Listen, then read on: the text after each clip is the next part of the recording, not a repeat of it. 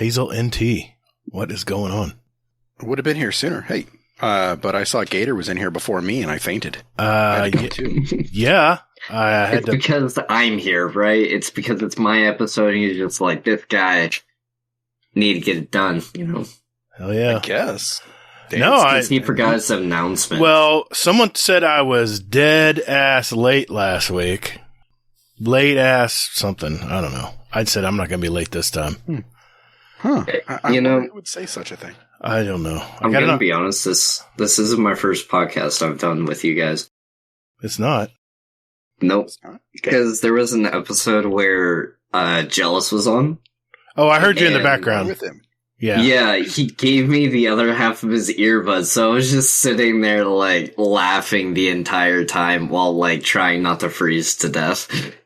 We were in Marblehead, and we were just, like, sitting out by this, like, dock pier kind of deal. Yeah. Okay. And we were just sitting on this bench, and I was just, like, listening to this all go down, and then we walked around for, like, I want to say 20 minutes before I was like, alright, I'm tired, I'm going to bed. And then he stayed up like the rest of the night. So, yeah. People tend to be a little wired after our show. They don't tend to go to bed after we're done with them. Yeah. I mean, I think it was Hades. No, Rodimus told me to shotgun 2 Red Bulls before the start of the show. It's a good idea. It's a long haul. And tonight we have, a lot. I don't know how to say this. Question of the month? Guess how many speak pipes we got? I don't know. Hazel? 12. 17 speak pipes tonight. Holy shit. People brought their game tonight. In fact, I'm having a third drawing because of this. I want to give away some podcast swag tonight, man. Yeah. Not because of me, is it? 17. I guess it is. It's a question of the month, and we do have some other speak pipes for our regular questions from our community. Mm-hmm. But yeah, it's going to be a long one, man. So I wanted to get here early and get things rolling. So Guardian down.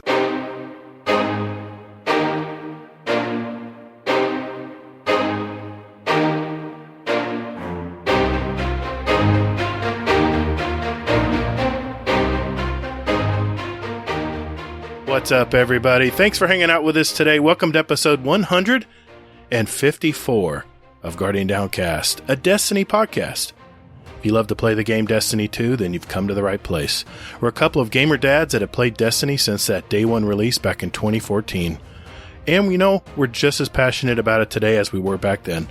We share the stories of Destiny content creators and community members, and also discuss key topics and news within the game and community. We're the show that asks, how has Destiny 2 gotten better since the original? I'm your host, The Gator, and my co-host Hazel is here as well. Hey man, how's your week been? I just had to laugh at your little spiel there about, how has Destiny gotten better? All right, I'm like, they're pretty much reverting everything back to D1, to D2. I mean, it's vanilla. So yeah, I don't know. But anyway, my week has been crazy. Just work has been keeping me so busy. I've been barely in the Discord, it feels like, this week. Yeah, I hear you. But, yeah, work is just insane. Hopefully it'll be leveling out. Well, actually, it's supposed to level out. I'm supposed to go on a vacation, in like 2 weeks, I believe. Yep. Don't worry, listeners. We got it covered. Yep. We got you. So yeah, I'm going on vacation in 2 weeks, and then, they're supposed to get everything figured out then when I'm on vacation, thank God. Good. So when I come back, it should be clear sailing, which, that being said, it's probably going to be a cluster. You're going to come home and it's going to be a dumpster fire. Yeah, exactly. I'm going to check my email and have like 4,000 emails and everything else. So yeah, I can't wait for this whole shit show, like, conversion we've got going on to end, so that way we can move on with our lives and that kind of thing. Yeah. But aside from that, I found out that my dad has COVID. I was like, wow. That sucks. So, he's fucking chipper as can be, though. He's like, this is the best I've ever felt. I'm like, that's not the way it should be. But he's on drugs, good ones, I guess. So, yeah. So I don't know. You know, shit happens. You just got to kind of take it, run with it. That's all you can do, man. Yes, not let it get you down. Yeah. So, what about you, man? How you been? Yeah, it's been a busy week. So I'm the same way, man. I haven't been in the Discord much this week. Every little bit. I mean, I got rained out today. I was able to talk with Brittany and Perilous Sprite. And I don't know. She keeps changing her name. I can't keep track. And of course, Hades is in the mix. And Rodimus even piled in. So yeah, it was good talking with him today. I'm glad I was able to catch up with him. But no, we went and saw Elvis this last week with my parents. This last weekend, it was a lot of fun. Good movie. Really good movie. Baz Luhrmann, man. I heard it was. He nailed it. I heard it was good. Yeah, he nailed it. It was a great movie. So we saw that. And yeah, it's been a good week, man. It's just been, like I said, this is my peak time. The summertime is my peak season. It's when everyone has problems. The house is on fire. Come take care of it. And I've just been exhausted. But you know what? It's always a good week to podcast. And tonight, we have another brand new guest on our show. He's been an active member in our Guardian Downcast community, and he had a potentially interesting topic he messaged me about. And I said, you know what? That sounds like a great thing to talk about. So we invited him on the show tonight. It is Frostbyte. How you been, Frostbyte? Been doing good. How are you guys? Good, man. We've been really good. Good. Well, that's good. Here's what we have lined up for the show tonight, guys. Hang on and buckle up because it's going to be a big one. First, we're going to hear Frostbyte's story, find out a bit about his gaming journey. It's his chance to make a run at our new and a further improved Fast Fire segment we call, oh yeah, it's a speed run. Hazel's going to go over this week at Bungie for the 6th week of Season of the Haunted. Then we ask the question, what are perceptions of Destiny 1 players versus newer Destiny 2 players? And Frostbyte's going to help us with that topic tonight, so I can't wait to hear that. Finally, we're going to go through our answers to our questions from our SpeakPipe and Discord server. We have 3 drawings tonight for our Question of the Month participants. We're going to add some songs. I'm out of breath. Let's go.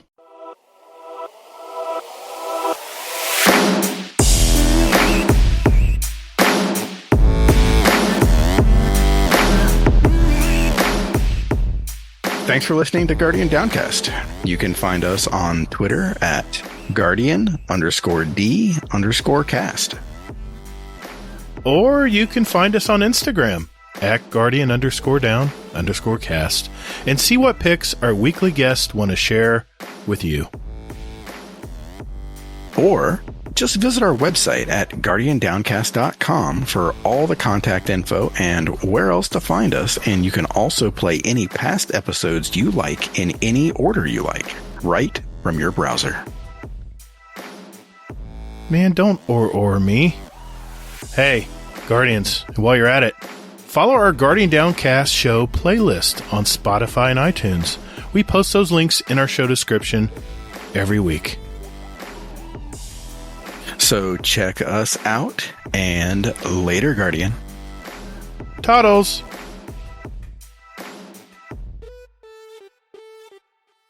All right, Frost. Thank you so much for coming on, man. My humble pleasure. No, it's our pleasure. Whenever we have someone on, it's always our pleasure. Absolutely. So, it's not people just listening to us talk shit to each other. It's usually 2 people piling on to 1 person. Yeah. Right. Probably like tonight. Okay. I'm confused. Sorry, Gator, in advance, but I'm not. Are you Team Hazel? Maybe. Disconnecting. Shit, my internet's going out again. Damn it. I mean, he is the leader of the better GDC. So. Oh, we're not going there, are we? You know I'm in that clan, right?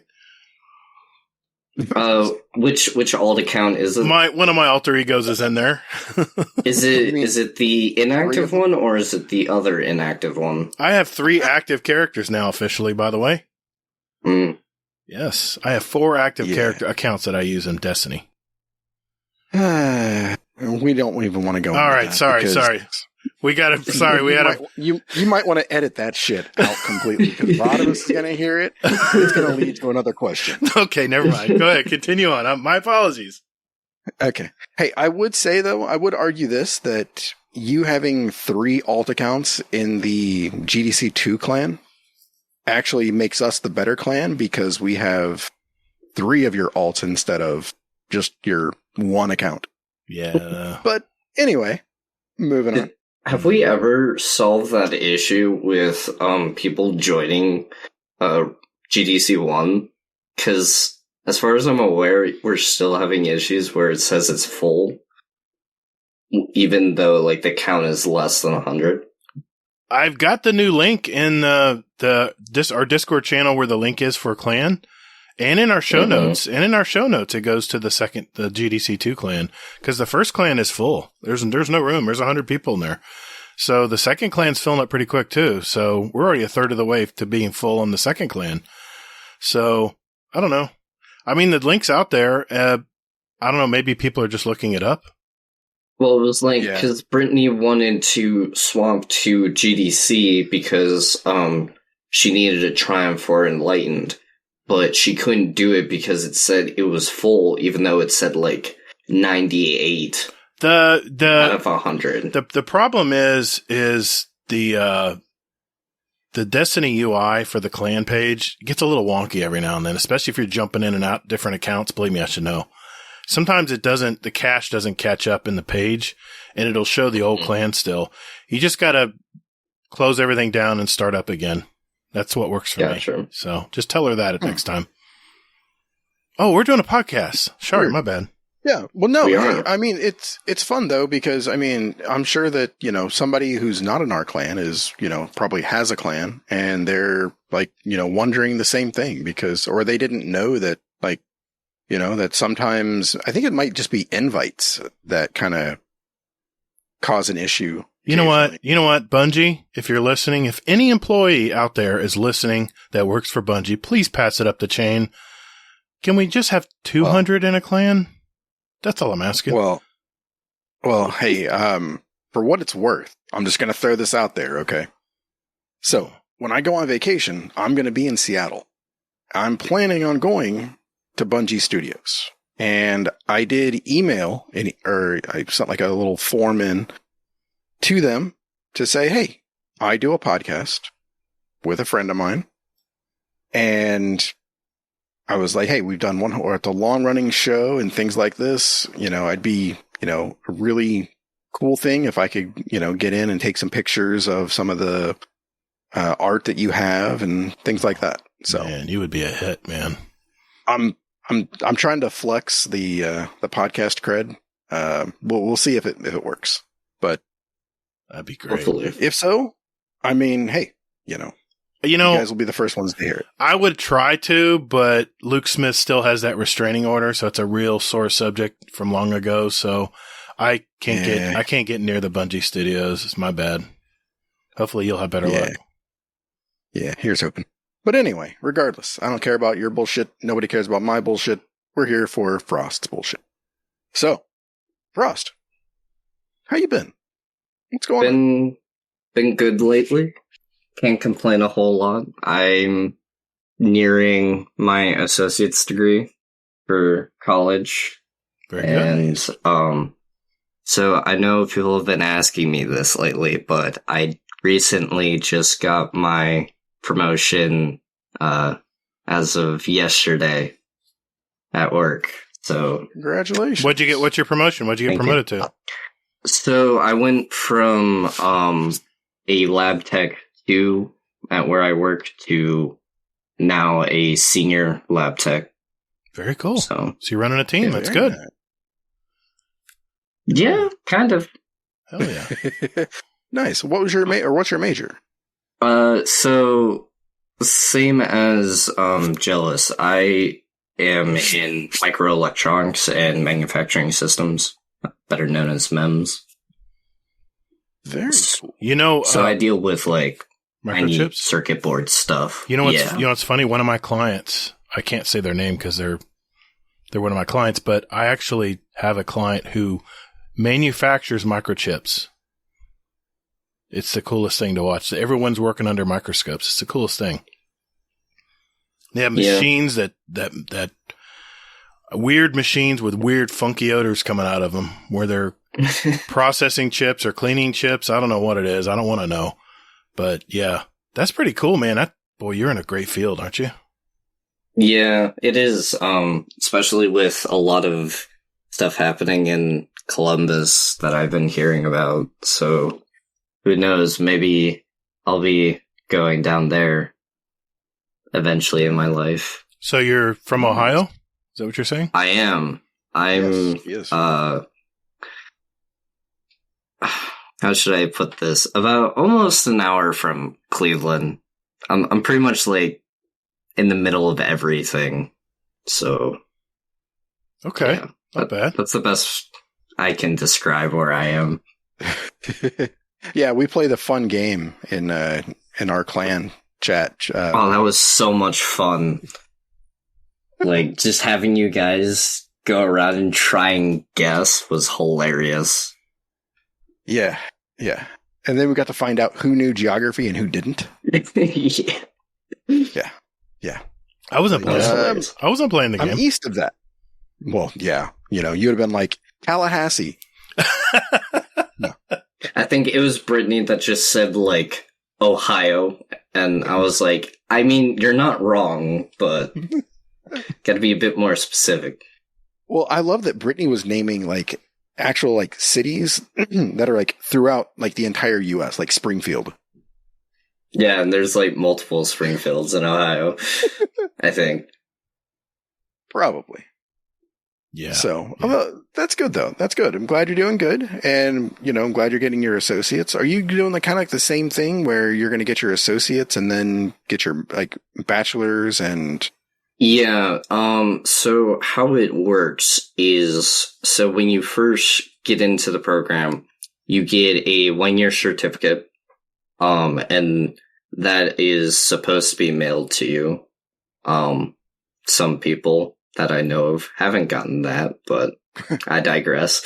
Then you get your associates, and then at the end of your associates going into, your next fall term, you can apply to be in the bachelor's program. And if you get accepted, then you do 2 more years and then you get your bachelor's, obviously.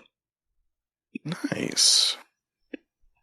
Well, Awesome. I want to switch gears here. Frostbyte. I'm going to call you Frost, by the way, if you don't mind. What? Right, people call me Frosty, so. Frosty. There we go. No, I liked it even better. Frosty. I liked it even better. We asked this of all our guests that come on the show, and answers differ. It's one of our signature questions. What was the earliest video game you played? What was your earliest moment playing video games? My earliest I got a good one. So this was probably when I was about, I want to say 6, and I love this memory so much. So I have still in my possession a N64, and me, my dad, and my brother, we would play it all the time. And specifically, we would play the Mario Kart that came out for the N64. Mm-hmm. And my brother just would decimate me on every single map except one, which is Rainbow Road, which is the only map I, to this day, can still beat him on. So I'm just the king of Rainbow Road on that for at least our family. I don't know why. And then whenever we go into battles, I just win. Just the most bullshit stuff will happen. I just win. So, yeah, that's probably my earliest video game moments. Well, it's not a big secret. You're a friend of Jealous Gaming, who's been on our show several times. He's one of our OG members in our Discord. And he's the one that actually introduced me to the show. Yeah, exactly. So. Now, he has a big gaming family. Is your family the same way? Does everyone in your family game? That would be cool, but no. I think the extent my dad does is on the iPad. So, but no, my brother games a lot. I have an older brother, sadly, but also not because I love him. But yeah, he games. I think he mostly plays like Minecraft and some like I want to say historical games. You know what I mean, like kind of the military old games kind of deal. Okay. Yeah. Yeah. Like Sims and or military sim kind of thing. Yeah. I'm the, I guess, only like person that kind of really has a very wide palette, I would say, in terms of video games. Okay. Well, what type of video games do you play? So, other than Destiny, of course, so my best friend James lately got me into Elden Ring. So I've been playing that a good amount, but the new season for Destiny came out, so I've been playing that a bit more. I used to play Warframe a good amount. I don't really play it a whole lot anymore, but maybe one of these days I'll jump back into it. But those seem to be my main go-tos at this current moment in time. I have played Hollow Knight. It's a very fun platformer game. I would suggest it. So, yeah. Nice. I'm familiar with Hollow Knight too. My daughter loves watching me play it because it's the only game where I die more there than I do in Destiny. Yeah, that game is pretty brutal sometimes. Yeah, that's Mr. Die Man over there. That's what his daughter nicknamed him. That's awesome. Well, okay. Then how did you find Destiny? Or I should say, how did you find Destiny 2? Because you didn't find Destiny. You found Destiny 2, correct? Yeah, well, so obviously growing up, I also kind of grew up with YouTube. So a lot of Destiny 1 content I remember like coming out, and everyone was like, "Oh, this is the like best game ever." You know, it's completely not like anything else. And I remember wanting to go play it, but I never had a console to go play it. So Destiny 2 was the first time I actually got to play Destiny. But actually, I really didn't get into it until towards the end of Forsaken, when a friend of mine was like, "Hey, this is Forsaken. You should like go get it, go play it." And I was like, I don't know if I want to spend the money to go play it. And then Shadowkeep came out with the New Light program, and I was one of the first New Lights because I was like, all right, you know what? I finally have enough money to do it. I have a decent PC. I'm going to go play Destiny. All right. I've been hooked on it ever since. You know, I got to ask, what do you think of the New Light program? It depends. Which iteration? Because I think we're in our second or third iteration of it. Bungie's been criticized as not really explaining the game too well, or at least it's all opinions vary. Opinions vary on how that New Light system is. So, I mean, just overall, your overall impression, if a new player was coming to play Destiny 2, do you think it would be pretty easy, or do you think it's going to be pretty tough?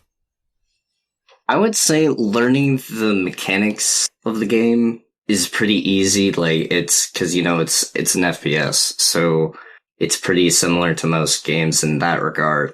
Of course, like, learning supers and everything would be a little new, but for me, like, personally, I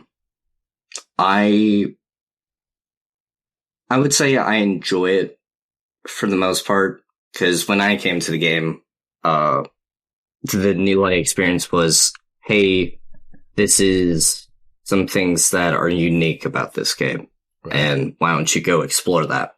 And the way they went about explaining it, like the first go around, I think wasn't very good, because you kind of had to fill in the gaps. Yeah. I would say these days they do it a little bit better, but for the most part, it's still like sometimes ambiguous. Yeah, and we'll get into that later in the show. That's kind of our topic of the week is perceptions, player perceptions. But No, I was just curious overall what you kind of graded it, because I dipped my toe into Elden Ring this week. I played for about 4 hours with my son, and it was pretty straightforward. You go down a cave, they show you how to do everything, and you come out of the cave and you're ready to play. And oh my God, I love Elden Ring. It's so much fun. It's a beautiful game, isn't it? I just can't believe how big it is. That's what throws me away. That's what throws me off is, that's what throws me off is it's just, let's go over there. And like, oh my God, I can't go over there. Some giant bats. I'll get my butt kicked. So let's go over here. Oh no, there's a troll. I can't let him know I'm here. So I'm like, so you know what I did? What do you think I did, Hazel? I went around and picked flowers. I started farming materials. You're like, hey, is there a bounty for this? I looked everywhere. There's no bounties. There's no NPC that offers bounties. But There's quest lines. We did go down into the mining area, and we got a bunch of I guess stones so we can craft stuff.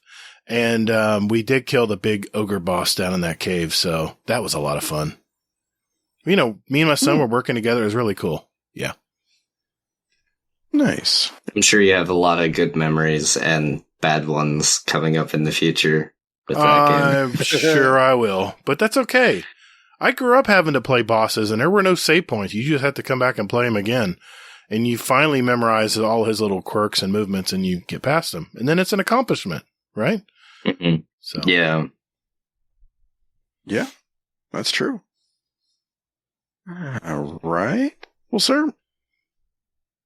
So it sounds like you have a vast gaming repertoire. So why do you game? If I'm being brutally honest, to distract myself from the reality of life, because life can get really annoying. I'm sure you guys know that sometimes. You're talking so about guys. it's really nice to just sit down and like just forget about all of that and just enjoy something for like 3-4 hours where you can just be in this completely different place and like spend it with your friends and like people you meet in game. And it's such a nice like break, I would say. Mm-hmm. Totally get you, man. Totally do. Completely. I think a lot of us dads, work all day and, be adults and stuff. When we come home, it's so nice to be able to just escape into a game. Not to say like life can't be enjoyed. No. I wasn't implying. Yeah. No, I wasn't implying that. Yeah, I mean, dude, life's fun, man. It's just nice. It's just a hobby. It's just something that Why am I answering the question? I'm not under the spotlight here. I'm just saying I agree with you. I totally get where you're coming from when it comes to distracting yourself from what's going on. Cause there's enough pressure and crap in the real world. It's nice to be able to escape it. You're very active in our Discord community. And, I was just curious, what's one thing you really love about being in a Discord community? What's one of the pluses? Maybe for someone out there that's maybe on the fence about coming into a Discord community. So I would say probably the funnest aspect I have in it is like you just sit down one day and you have a conversation that like say like it's just me saying good morning to Haz, and like we just completely turn it into something else that just becomes so much enjoyable. Like for instance, we could just be roasting you and like constantly adding you in Discord and just seeing if we can pick on you for like 3 hours. Like stuff like that is just like, it's the stupidest stuff, but it's hilarious. I just love that I'm the punching bag for our community. How the hell did I draw that up, Hazel? I drew the short straw? Is that what happened? I want to say that it's pretty much self-inflicted. I knew you were going to say that. I knew it. Yeah, okay. I'm going to have it coming a little bit sometimes. Well, what is the number one thing or activity you do without fail every week in Destiny 2? I'm just curious. Every week without fail. Yep. Asking if you do bounties. Yeah, do you do any bounties? I do. Yes. Only when required, though. That's I'm okay. going to state that. That's okay. You do bounties. When I feel like it, I'm not like those person that like would go, oh, this vendor has, 4 daily bounties. I gotta get them all. Or, I haven't done my weeklies. I need to get those. No, I'm not like that. I'm just like, if I'm feeling like picking up a few from the gunsmith, why not? Yeah, I'll take it. But, like, I maybe do a maximum of 4, and I'm done. It's all right. You do bounties. Team Gator. There we go. Yeah. I don't know if that's a Team Gator all the way. I mean, at least, hey, you know what, Frosty? At least you didn't buy your levels in the season pass. I don't know who the hell would ever do something like that. I mean, yeah. Wow. Why buy levels when you could just, like, spend about 30 minutes getting one level? How's it feel, Hazel? How's it feel? just get 100. Yeah. I don't think Gator heard that last part. No, I didn't. I didn't hear that last part. I probably will when I'm editing this later. And I'll go, son of a bitch! Yeah, exactly. Like I didn't mean to say that. Edit it out. Edit point. I think the most I do bounties is like the beginning of a season, just to get it me to a point where I can get the XP bonuses, so that way I don't have to do bounties pretty much. Well, I mean, you think about it. The first 3 levels of your season pass or 5? I can't remember which, but you get double XP for anything you turn in. 5. So yeah, so once you get 5 levels, then you can go back to doing what you want. But those bounties, especially your weeklies, they're 12,000 each. That's 24,000 XP towards your artifact, towards your season pass bar, any of that stuff. So I'm just saying.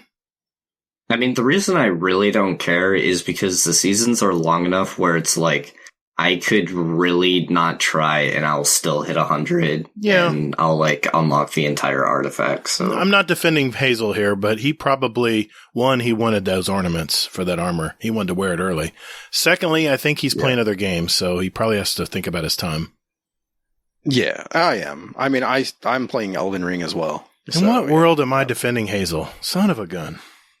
I mean, to be fair, those ornaments were pretty spicy. They are hands down the best ornaments Destiny's come out with so far.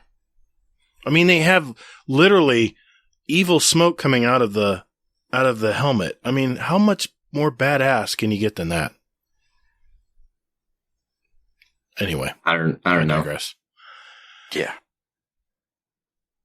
Yeah, you made my point for me, so thank you. You're welcome. All right, Frost. So what I was going to do is actually go to our signature questions, and then we're going to save some of the discussion talk for our main topic. Perfect. Okay. So, Mr. Frost, do you have any other hobbies besides gaming? A few, yeah. So probably my biggest one currently is going bowling with some friends. I do a weekly league currently. It's not an official one because I think they're like in an off season. Yeah, it's maybe. summer. Summer's like a 6-8 week season, whereas a full season is like 35 weeks. Yeah, so yeah, it's almost. So every Wednesday I go bowling with Jealous and a friend of mine from school that's also a coworker of mine. All right, who has the highest average? Definitely Jealous by a significant margin. Okay. Damn it. It's all right. It's all right. I wish I was as good as him, but I'm not. I'm getting there, though. I was rooting for you. I was like, come on. Yeah. Hey, if anything, this week I did pretty damn good. So hopefully, if I keep that up, I can bump my average up. What's your highest game? Highest game, probably like 216, 221, but that was like a long time ago. That's not bad. Okay, I'm going to guess your average. I'm going to say your average is 160. A little high. I'm averaging currently around 140, 150-ish. Okay, that's not bad, man. That's pretty good. That's probably right there in the middle as far as averages. If you have a 200 average, you're in the top, probably 25%. John did challenge me to like get my average up by like 15 pins by the end of the season. That's what I love about bowling, man. You can have little wagers. Yeah, think of a bowling league, a full real bowling league, as when kids go back to school in the fall. That's when bowling starts, and when kids get out of school before the summer, that's when bowling ends. At least in my town, it's a good 35 weeks. It's crazy. All right. Well, I can say this. Mm-hmm. So I know that, Jealous may have a better, bowling stat line than you. Mm-hmm. But you have a slightly higher PvP ratio than he does. What? Oh, this is true. Whoa. Wait a minute. What now? Are you looking up his stats? I mean, we have. Because he does scrims. They both do. Oh, so you have that. Yeah. I don't have that data. well, maybe if you would show up. I'll be there tomorrow. Thank you very much. Fear of monkey. Okay. I will have bells on. I will have bells on tomorrow. I've got a Watch plan. him say his internet goes out again tomorrow. I've got a plan. I've got a plan. Oh, I got a Monkey plan. gonna be there? Yeah. Oh, Chaos. I'm sick. Mr. Monkey matter. Damn it, I did it again. Mr. Monkey. I did it You're again. Really bad with this, I'm really bad with monkeys. There's a soundbite. There's a soundbite. No, I'm Kill a Monkey. Yeah, he's my nemesis. Me and him, and he wins a lot of the battles, but that's my challenge. And I have a He plan. wins a lot of battles against everyone. I know, but I have a plan. I want to see if it works tomorrow. We'll see. It depends what team I get. So. Is your By the plan way- to roll over on your belly or roll over on your back and show them your I'm belly? a gator. I'm and not a just leave you alone? possum. I'm a gator, not a possum. Come on. I might be the bane of your existence tomorrow because I won't be at my desktop. I'll be on my laptop. So we'll see. Please plug in your connection. Ethernet to it, please. I did get a laptop with an Ethernet port, so All right, there we go. we'll be able to do that. There we go. I'll be happy. Are you going to be sitting behind Jealous? Probably. Oh my God. Again. All right. So, okay. I'll make sure not to put you two on the same team. Then. Yeah, please don't do that. Yeah. Okay, I have to ask. And I've been wondering this all day. Dude, what's behind the gamer tag? Okay. So this tag has a lot of like different ways of how I came across it, but I guess the original way, or like the most one that like comes to my mind, is I was playing Battlefield 4 a lot around the time of its creation, I guess you could say. It was a great game, man. And yeah, it is. It's an amazing game still. And I just remembered, I was like, the game engine that they have for it's called the Frostbyte engine. And I'm like, right. That's an awesome name. That's right. And then I was like, how can I make that my own? And because I'm like, I love that name so much. And then I thought to myself, I was like, well, instead of like Frostbite as in like, chilling of the hands or whatever, I was like, why don't I just keep Frost, and then for Bite, because I'm into technology or whatever, make it a computer bite. So that's kind of how it came across. I like it. So I like it. Nice. That's like one of the best answers we've ever had for that. Yeah. I mean, it's sometimes so random how people make their gamer tags. And then sometimes there was actually a lot of thought put into it. That's why I asked the question. Mm-hmm. Yeah. Right. I wish I had more thought. But anyway. Yeah, it's okay. Yeah. So, Frost, do you have a motto or mantra or a couple of them that you live by? I think I have a few. Trying to remember them is always the challenge, because like I'll just completely forget about it, because at this usually like with a motto or whatever, you kind of like live by it, so you kind of just state of mind. really forget about it and just do it kind of deal. Yeah. But I guess my personal one is live in the moment, because like I'm always looking to hang out with friends as like the most I can, or just enjoy the time I have. Hell yeah. The best Take I it all can, in, man. so. Take it all in. Absolutely. Nice. Probably the number one. Okay. Well, I'll take us out, Hazel. If you don't mind, I'll take us out with one of my favorite questions of the show. And that is, what's one thing about you that our community may not know about you? Ooh. I have currently below me, because of how my house is, I have a bunch of Legos. I collect a bunch. I've built a city with my brother, and it's probably not something I talk about too often, but when it comes up, I do mention it. But I'm sure there's probably at least 100,000 Legos that I have. Wait a minute. You said you built a city? Yes. I do have images. Can you please send that to our Instagram?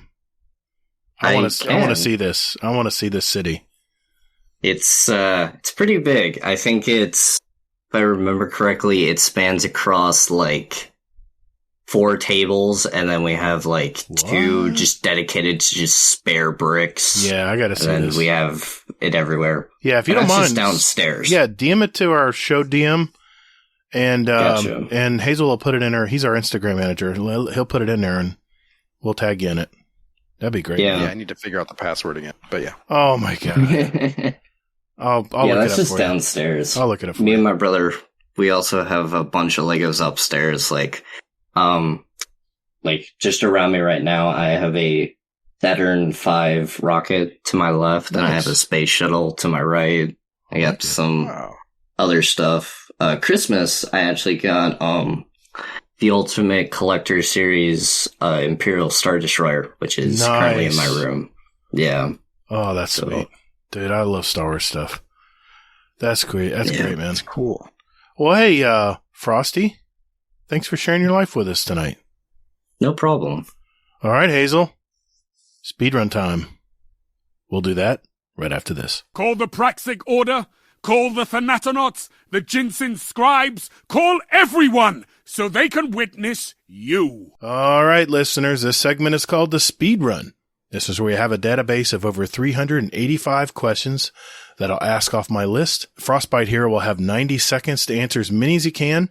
These are short 1 or 2 word answers, and at the end of the year, the guest with the most answer will win a prize and title of 2022 Speedrun Champion. The questions are asked at random, so no one can memorize the order, and just quickly answer what comes to mind.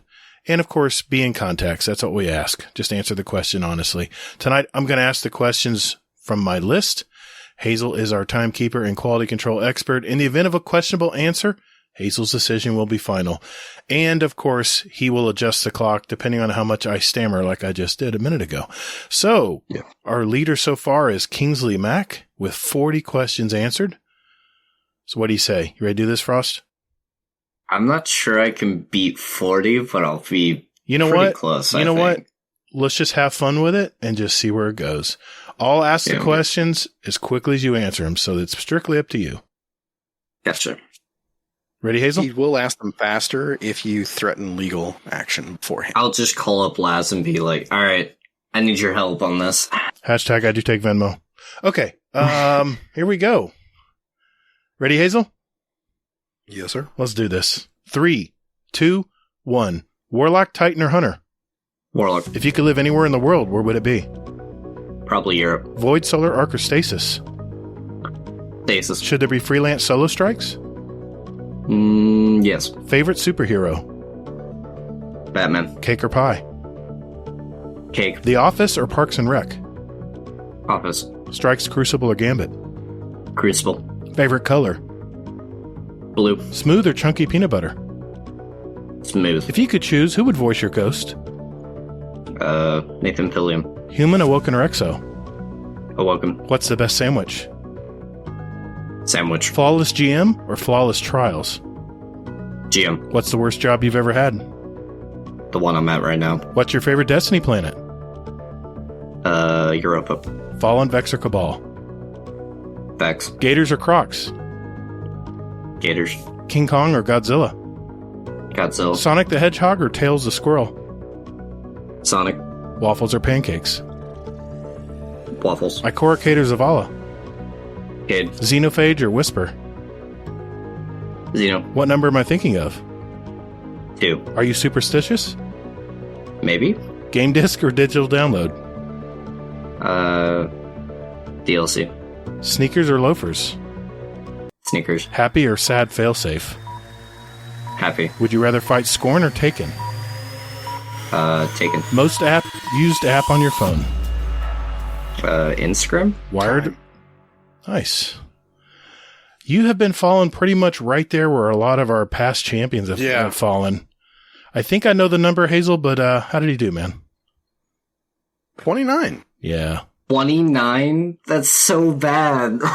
That's... Oh my god. Hey. I know there was like 2 that I like really took my time on. You know what, though? Damn. You know what? I'm proud of you that you took your time to answer them and didn't just say something. Yes, you did. I know there was like 3 that I was like, after I said, I'm like, why did I say that? But it's okay. Yeah. Like, what's your bet? What's the best sandwich? And you said sandwich? Yeah. I was just like, I can't think of anything sandwich. He cracked under pressure, Hazel. He did. And just to be fair to Kingsley, I did not count that one. Yeah, I figured you wouldn't. So it's all right. Yeah, Yep. That's oof. Hey, that was fun. Good job, man. Good job. I mean, you're right there. Yes. You're right there on the top end of the bell curve. So you did good, man. You did good. I mean, all right. I got 1. I think RNG Gator got like 2, and I think good old Elmer Fudd, I think he got 1 too. So, or did he get 0, Hazel? Yeah. I can't remember. Did he get 0? I think he got 1 because we forced him to have 1. Yeah, we forced him to answer a question. Yeah. Yeah, so, yeah, that's how that goes. We took an answer that was questionable, but I just know I'm going to get shit for, like, not breaking 30. So. Well, you would have had 30. You would have had 30 if you would have just said a sandwich. That's all you had to do. I know, it's easy to say. For me, I said a sandwich. It's easy for me to sit behind the microphone here and asking the questions and seeing them in advance. So, I have nowhere to talk here. So, good job, man. You did good. I think next clan cast... I think they need to ask us the questions. Yeah, that sounds like a good idea. I think it's time. Yeah, you know what? We got the new list now. We got the expanded list. Yeah, that's probably a good idea. Well, maybe we'll do that. I wasn't able to get on the last clan cast. It's all right. I was sad. No big deal. And they can make their own questions, or we can send them a list. Okay, they should probably make their own questions. That would be kind of cool, actually. To make their own speed. More fun. Like. Everyone could pick like 5 questions or something. Oh, God. Or just make their own. Oh, God. I'm getting panic attacks. Okay. I'm good. You know Brittany is going to take full advantage of that, I know she will. You don't think Rodimus is going to take advantage of that? Mm-hmm. Oh, no, he will. He's not in the clan. Oh, that's right. But Hades is, though. Oof. Yeah, I'm sure Hades would come up with some really funny ones. Probably. Oh, I'm sure. Probably. He gives me a good laugh every once in a while. Hey, well, good job, man. Yeah. That was a good job. And nicely done. Nicely done, sir. Nicely done. Hey, you that's listening right now, do you have a great speedrun question for our next year's speedrun? If that's a yes, join our Discord. Come on, join the Discord. It's a lot of fun. There's a link right there in our show notes. Enter them in our speedrun question ideas channel. And like I said, we'll add them to next year's speedrun. Remember, they need to be yes or no or 1 or 2 word answers. Either or questions are also accepted. And don't forget, what's your favorite? I love those. At the end of the year, we're going to have 2 drawings for a $25 gift card of your choice. And you can enter up to 5 questions to go into the drawing. So that's 5 chances. All right. And also, we'd like to ask, while we're at a pause here in our show, if you like what you're hearing tonight and you're being entertained, do us a favor. Hit that share button on whatever app you're using and just send it to a friend on your phone and say, hey, you play Destiny. Check this out. So thanks for that in advance. All right. Sounds good. Let's move on to the next segment. And that is This Week at Bungie.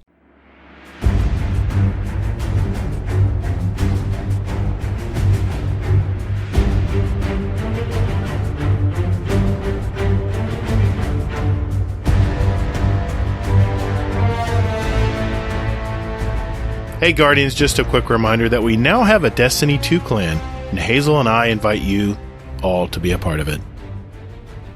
If you're looking to find a clan, now would be a great time to jump in and get to know some of these great gamers you've heard. We're not hardcore or anything like that. Enjoying what time you have for Destiny is all we ask. So, if you're looking for a clan out there, we have a permanent link in our Discord under the channel GDC Destiny 2 Clan, where you can find a link. Otherwise, look for Guardian Downcast Pod, and the link will be in the show notes of this podcast. Right down there. So, I lied before when I said that we don't ask anything of you, because we actually do. We ask that you do join our Discord first, so we can communicate clan stuff to you, like clan podcasts and clan nights, and just random shite like that. Besides that, you can lurk all you like. So join us.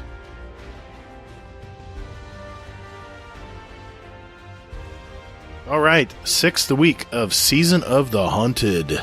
Hazel, what's going on with this week at Bungie? Another week, boys. All right. There you go. All right. This week at Bungie, tune those weapons. So they give a TLDR, which is basically what I'm going to be going off of. So airborne effectiveness, for those who aren't aware, has unfortunately been not very well received by the community. So Bungie, in all of their infinite wisdom, has said, hey, you know what? We can do better. So they are moving up basically like the patch from season 18 to this season. So they're basically combining them, and they're not going to combine everything, just a majority of. So the first thing with airborne effectiveness is basically they are, put it bluntly, they're reducing the impact that airborne effectiveness has. And what that means to everybody is that you'll be able to jump up in the air and shoot people more. Yay! Your bullets will actually go where they're supposed to go. Well, I mean, but here's the thing, though, okay, is that the thing that people weren't understanding is that Bungie wanted to make it harder for special ammo things to kill. Yeah. So, like, a lot of, like, clips that you would see were people with, like, snipers that were, like, you know, jumping up in the air and trying to snipe everybody, and sure enough, it just wasn't working. So, I mean, and that's what people weren't taking into consideration. Now, again, I mean, you know, Bungie has been taking some steps to, like, fix some of the issues that have been coming up, like, Lion Rampants have been getting, they're getting an AE buff, so that way it can work right. Other things are getting the same thing, same treatment. So, I mean, Bungie's doing what they're doing, you know, they're doing the right thing, and, you know, all that, because they want people to play their game. So, yeah. All right. So, all of that being said, sorry, I'm doing the 1590 Nightfall solo. Oh my God. What? Nothing. I'm at big, like, you know, the big boss guy. The big. You know what, Hazel? I'm proud of you. Go hide in a corner. Go hide in a corner. You got plenty of time. I am, actually. Hey, why are you proud of me, Frost? Why? Because you're doing it solo, right? Yeah. I mean, why not? 1590? Yeah. Because that's what, Master? Yeah, Damn, Master. Yeah. Yeah, I'm at the boss. Getting you prepped for your GMs, right? Yeah. Yep. He's already in training. He's in training. Yep. You know this. I'll have to carry you. Please do. All right. So back to the TWAB. So improved baseline airborne accuracy and aim assist for all primary weapons. Mm-hmm. Added a static airborne effectiveness buff to some existing perks, which is pretty awesome. Mm-hmm.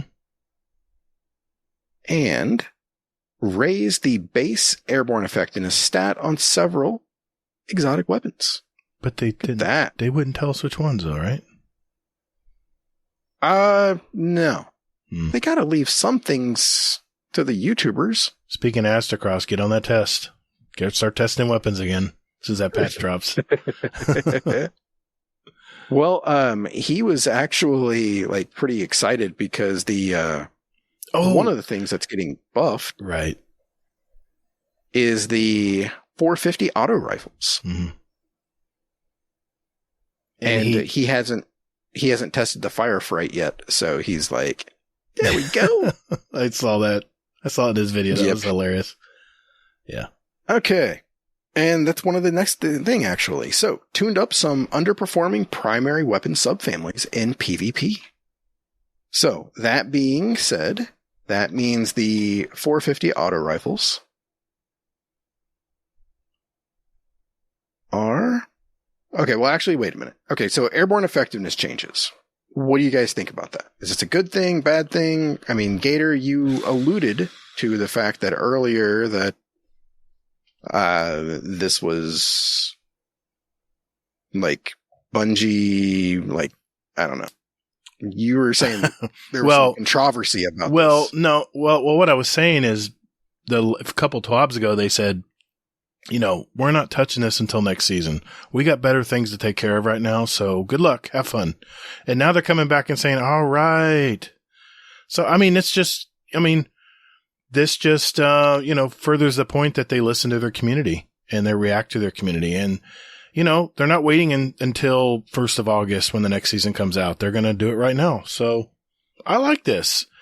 I mean, it's going to appease a lot of the content creators who have been complaining about airborne effectiveness. And now they'll give them, it'll create more content for them because they'll be testing weapons. They'll be doing new reviews with the new weapon types now that have been buffed. So, but there's been a lot of controversy, and mainly from the higher skill players, and at least the ones I've talked to or seen. And maybe not Mr. Monk. God, did it again. Maybe not Kill a Monkey we talked to last week. He says he didn't care. But a lot of players have said that it was generally a major nerf to just about everything. And unless you built into it specifically, and some were saying even if you build into it specifically, that it still was bringing it back to just what it was. It wasn't really improving it. I don't know. These are just what I'm hearing in the field.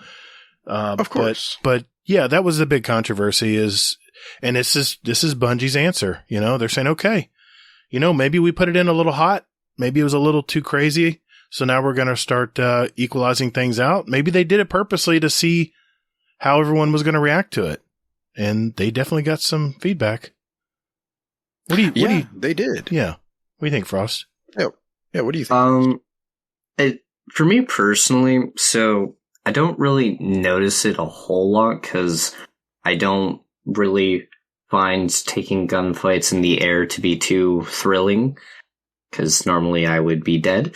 But I support it to a certain degree because it certainly, eliminates a bit more of the, heat rises warlock with a sniper at that back end of the map just sniping you off spawn kind of deal. But it has its benefits, and I think them coming back and adjusting it a bit will probably help.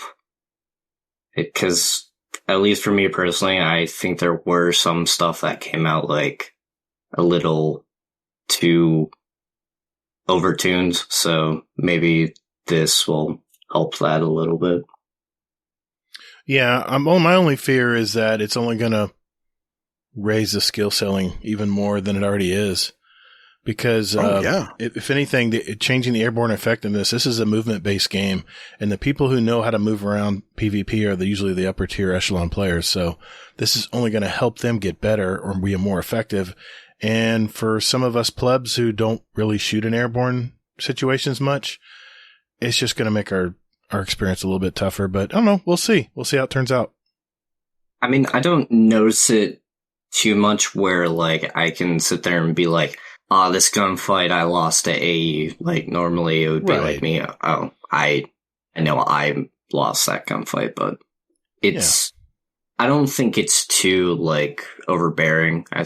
So yeah, we're kind of splitting hairs a little bit here because people who aren't in the know that just play their Crucible every week just to get their pinnacles and stuff, they're probably not going to notice much of a difference. But for us out there who are stat nerds about everything, we're definitely going to notice.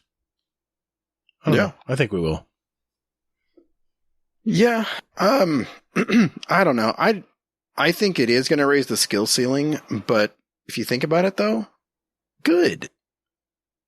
You know, I mean, I give up not? on this conversation because I've been trying to defend the new player that comes in to try to play Destiny and PvP, but you're not the new player. I know I'm not, but I'm like the old grandpa that wants to help people get used to PvP and enjoy it because it can be really rewarding. It can be rewarding, you know?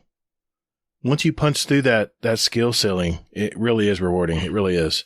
And I don't know, with our PvP episode we had last week, I just feel that we were trying to get people pointers and stuff to work towards that would get them into that area. But that's kind of where I'm at now. Yeah. So what were you going to say, Frost? I mean, compared to, I guess, new players, Gator is definitely not a new player, but I would say it exists for a reason, and I'm sure that because like with those newer players, you either, at least how I felt when I was playing, is you either pick up on it or you fall behind, and then if you fall behind, you just gotta keep working at it until you get back to where you were, you know? You know, it's like any hobby or anything you're trying to improve on in your life.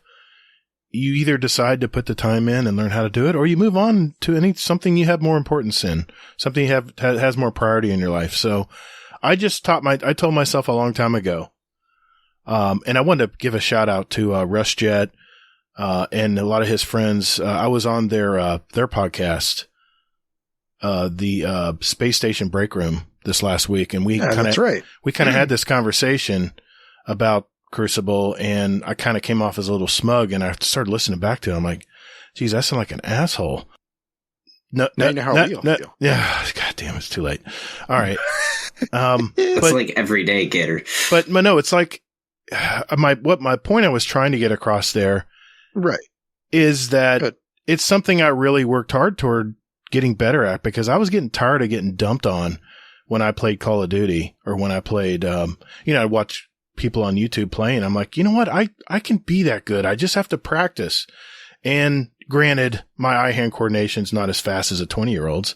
So I have to adjust. I have to adapt and play the game differently than a 20-year-old would. So, I mean, that's all I was saying, is that when I do something terribly or I make a mistake or I get killed in Crucible, I kind of take it personally because it's kind of a shot, maybe to my ego, you could say, but it's more a shot to my studies in this field and trying to get better at the game. But I agree with Rush now that I listen back to it, is you have to, the language you have to have when you're in the Crucible is, man, that was a stupid move. I died because I did this, instead of saying I died because that guy was cheating, or that guy was, how did he get that kill? I mean, that's just scrub mentality, right? A Senate nomad. So yeah, I'm coming full circle now, and I'm realizing, one, Destiny PvP is not a competitive shooter. And once you understand that, then you just have fun playing. And if you want to get better at it, and getting better at Destiny Crucible, by the way, means you're getting better at any first-person shooter game. So it's not a waste if you don't stick with Destiny for a long time. This is something that'll help you in any of your first-person shooter type games. So I just had to say that because what I said on his show, it felt bad about that. I wanted to make sure I corrected that. Nice. Well, I'll have to make sure I check that out and give you grief about that. Uh-huh. Yeah, why not? Mm-hmm. Yeah. Thanks for that. Hey, you're welcome. That's what I'm here for. Mm-hmm. All right. I'm sorry. I delayed the conversation. What else? What else is up in the TWAB this week, Hazel? Okay. So real quick, I did want to touch base on two of the talking points here about some of the weapons or some of the perks that are actually getting airborne effectiveness. Air Assault is getting plus 10. Extended Mag is plus 10, and Steady Rounds is plus 7. Steady rounds. Okay. Yeah, sexiness all around there. I like this. Okay. So I mentioned the buff to 450 auto rifles. Hand cannons, 180s are getting a buff. Uh-oh. Everybody's still kind of like, it's still not going to be much. So, well, it's just 180s though. Yeah, but the body damage is going from 37 to 40 and crits 57 to 60. That's a 3-point move. Yeah, but it's still two crit, 2 body though. That's pretty good on a 180. That's because it fires, a lot faster than a 140 or a 120. I don't know. I still feel like 1.33 140s will have their place. 1.33 in body shots, it's saying. So now, I guess it's average. Yeah. Pretty much. But, so there is that. And now here's the one that I'm most interested in. Scout rifles. Uh-oh. Yeah. Uh-oh, indeed. Oh, no. Okay. So, scout rifles, precision, are going from increased body damage from 34 to 38, and then crit moves from 54.4 to 60.8. That's huge. So that's 2 crit, 2 body. Oof. On a 197 hit point guardian. I think that's a tier 5, I believe. Oh, tier 8? Tier 7, maybe? Tier 7. Yep. Then, high impacts are getting a body increase from 38.2 to 42. And then crits are going from 66.9 to 73.5. Wow. Damn. That's pretty good. That's pretty good. I might have to... Yeah. Mm-hmm. Yeah. Yeah. I might have to, go through my vault and try to find that one high impact, scout that I was holding on to just for that one moment. Might be bringing the Jade Rabbit back out of retirement. Jade Rabbit slaps because of how much stability it has. Yeah. So you just, don't move. Especially if you have the, what am I saying? The Catalyst, it's 80 stability. I mean, my goodness. It's crazy. And with you can't put any mods on it, so it'd be 80. That's pretty damn good. It's pretty up and down. Yep. I'm just looking over the guns here that are 150s. So that's the Perseus D sniper. Perseus sniper. We were talking about I was going to say, yeah. Scout. Okay, All okay. Right. I mean, what about the night? I view them all as snipers. The Night Watch, you said? Well, Night Watch is 200. Yeah, it's a faster firing one, but they're getting a buff too. I mean, what about Transfiguration? No, that's a 150. Night Watch is lightweight. Lightweight isn't. Oh, it's just to the precision. Precision and high impacts. So 180s and 150s. Transfiguration. 200s aren't getting a buff. Thank goodness I kept that one. This is why you keep stuff in your vault. Oh. Public so you can run it announcement. again and get it again. Wow, what a thought. The Scholar from Tears Trials. of Contrition. Yep. Tears of Contrition. The new one that's dropping, which is pretty nice. Yes. Hung Jury. There's a sexy one for you. I wish I had those. That's when I was not running GMs. I need to get me one. You can't now. Mm-mm. Oh. Did they remove it from the pool? Yep, they did. They have to be sad. so careful with scout rifles because they can really pendulum fast toward the wrong direction if they get dominant. I'm Pretty sure much. that's probably the one weapon they have to just really, really be careful with the numbers on. They're just so accurate. Well, it's probably the reason why they don't touch them too often, you know? Oh, I remember the Mida meta. Yeah. The Mida was king, man. Yep, exactly. Vision of Confluence is a 180. Oh. The Vision. Oh, I'm getting excited. Yep. Yep, there we go. Okay. And then there's some others, but those are the cool ones. All right. Shotguns. PvE buff. Linear fusions are getting a PvE buff as well, but only when it comes to flinch. That's fair. Glaives are basically getting not really a buff, but it is a buff. Along with Ariana's Vow and one out. The Forerunner is another one. Oh, yeah. God, the Forerunner. So basically, they are getting a PvP buff where basically they're getting more ammo per brick. Because before they were only getting one, which wasn't. That's an basically annoying it was. I'm sure Monkey will be happy. Yeah, I'm thinking exactly. of Respawn. That man crutches on that weapon. He'll stay invisible for 25 seconds, shoot you in the head with 2 shots. Forerunner. You're talking about Forerunner. We're talking about Glaives right now. But oh, my bad. Yeah. Oh, I read but that. Forerunner is getting the same thing. Yeah, see? Same with Ariana's Vow. Right. So. But yeah. Okay. Any thoughts here about weapon archetypes? I think we've pretty much talked about it while we were going through it. I am glad that they... Of course, Gator has a thought. Well, I mean, Learned Striver... I was playing Trials last week, and Learned Striver... I haven't even mentioned this. Well, you said weapons. I mean, he mentioned linears are getting reduced flinch in PvE. Yeah. That's about it. Yeah. Are you going to talk about the flinch in PvE on Lawrence Driver? No. Carry on. Thank you. Okay. Well, Frost, did you have any thoughts about the archetype changes? No. I think it'll be a nice buff for them. Yeah, I agree. Okay. Scout rifle. Exotics. Lawrence Driver is getting a nerf, and actually 2 nerfs. Reduce the aim assist from 32 to 22 and reduce the suction against players as well. Good. And then good. removed the universal 2x flinch nerf as above for PvE. So. Okay. Gallahorn is too dominant in PvP, so they're nerfing it in PvP, which includes Gambit, by the way. So, pretty much, long story short there, primary rocket no longer has proximity detonation, and Wolfpack rounds now deal half damage to players.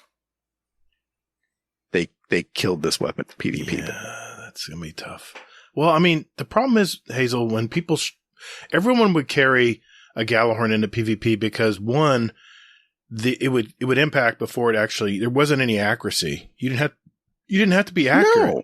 Because it got near the rocket got near you and it exploded, proximity detonation. But what was more annoying was the little Wolfpack rounds would follow you forever. You wouldn't even be in the same room and still get killed by it outside the wall. It's crazy, man. I'm glad they did this. Take this out of PvP. Oh my God.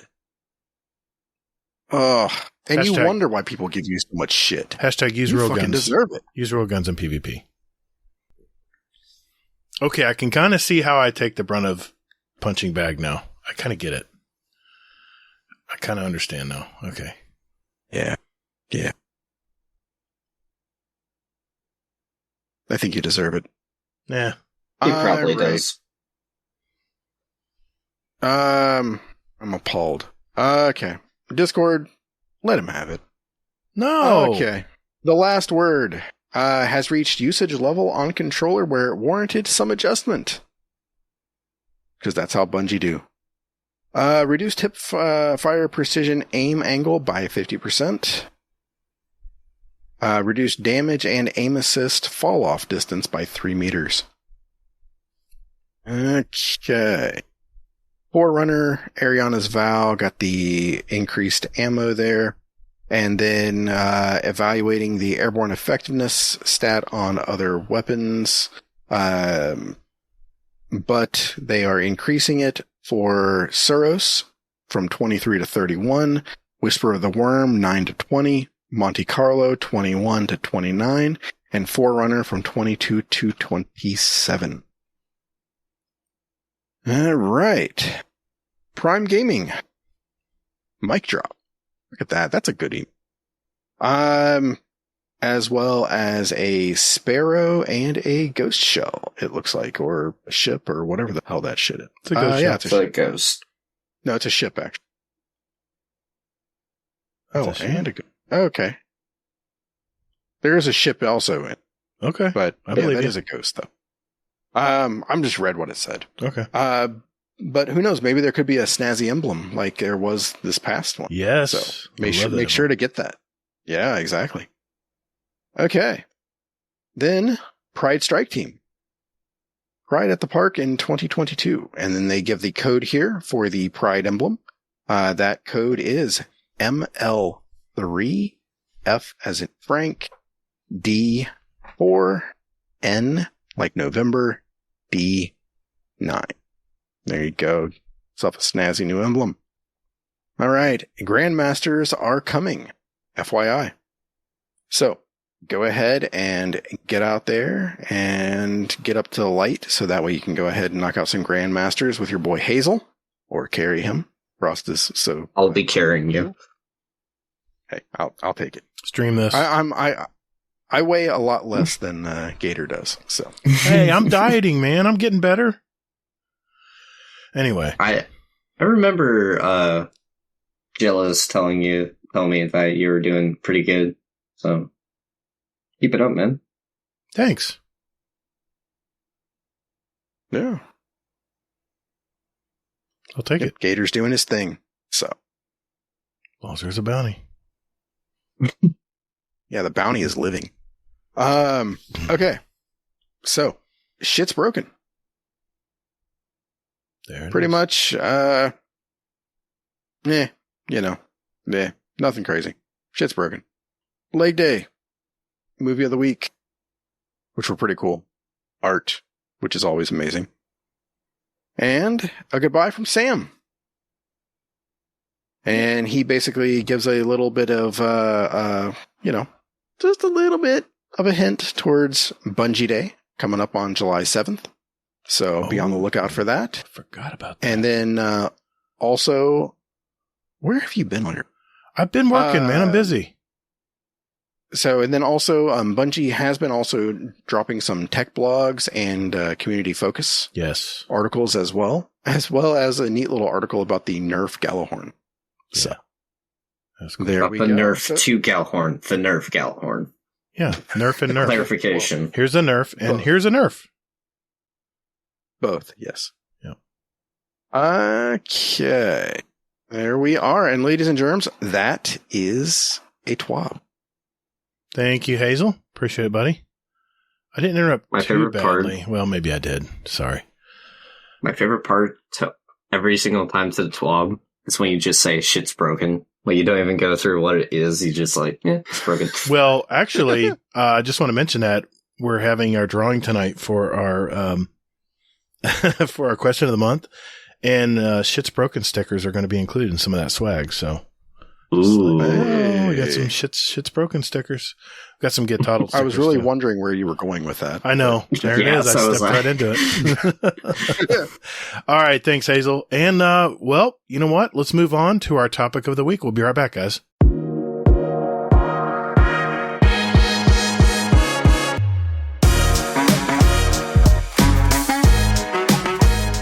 Hey, everyone. Looking for some like-minded gamers to talk Destiny with? Or maybe just a place to de-stress and talk with others about life for a bit. Or maybe just a place to discuss the latest movies, TV shows, and new music out there. Well, wait. What about channels with New Year's resolutions or other goals? Oh, we also have a fitness section. Well, you're also forgetting about channels with links to our clan, SpeakPipe, show music playlists, or even where to get a t-shirt, mousepad, coffee mug, condoms. Man, you're forgetting about the podcast questions channel, where listeners can put in their questions for the show, and we'll play them live. And our show feedback channel, where listeners can talk about past podcasts and... Just stop. Hasn't this shameless plug gone on long enough? Hey, everyone. Just look for the GDC Discord community link in our weekly show notes, wherever you get your podcast out there, or just visit guardiandowncast.com, where there's an invite link you can use anytime. And later, Guardian. Just stop it, man. What? Just lay off the caffeine, man. It's definitely not caffeine. It's sake tonight.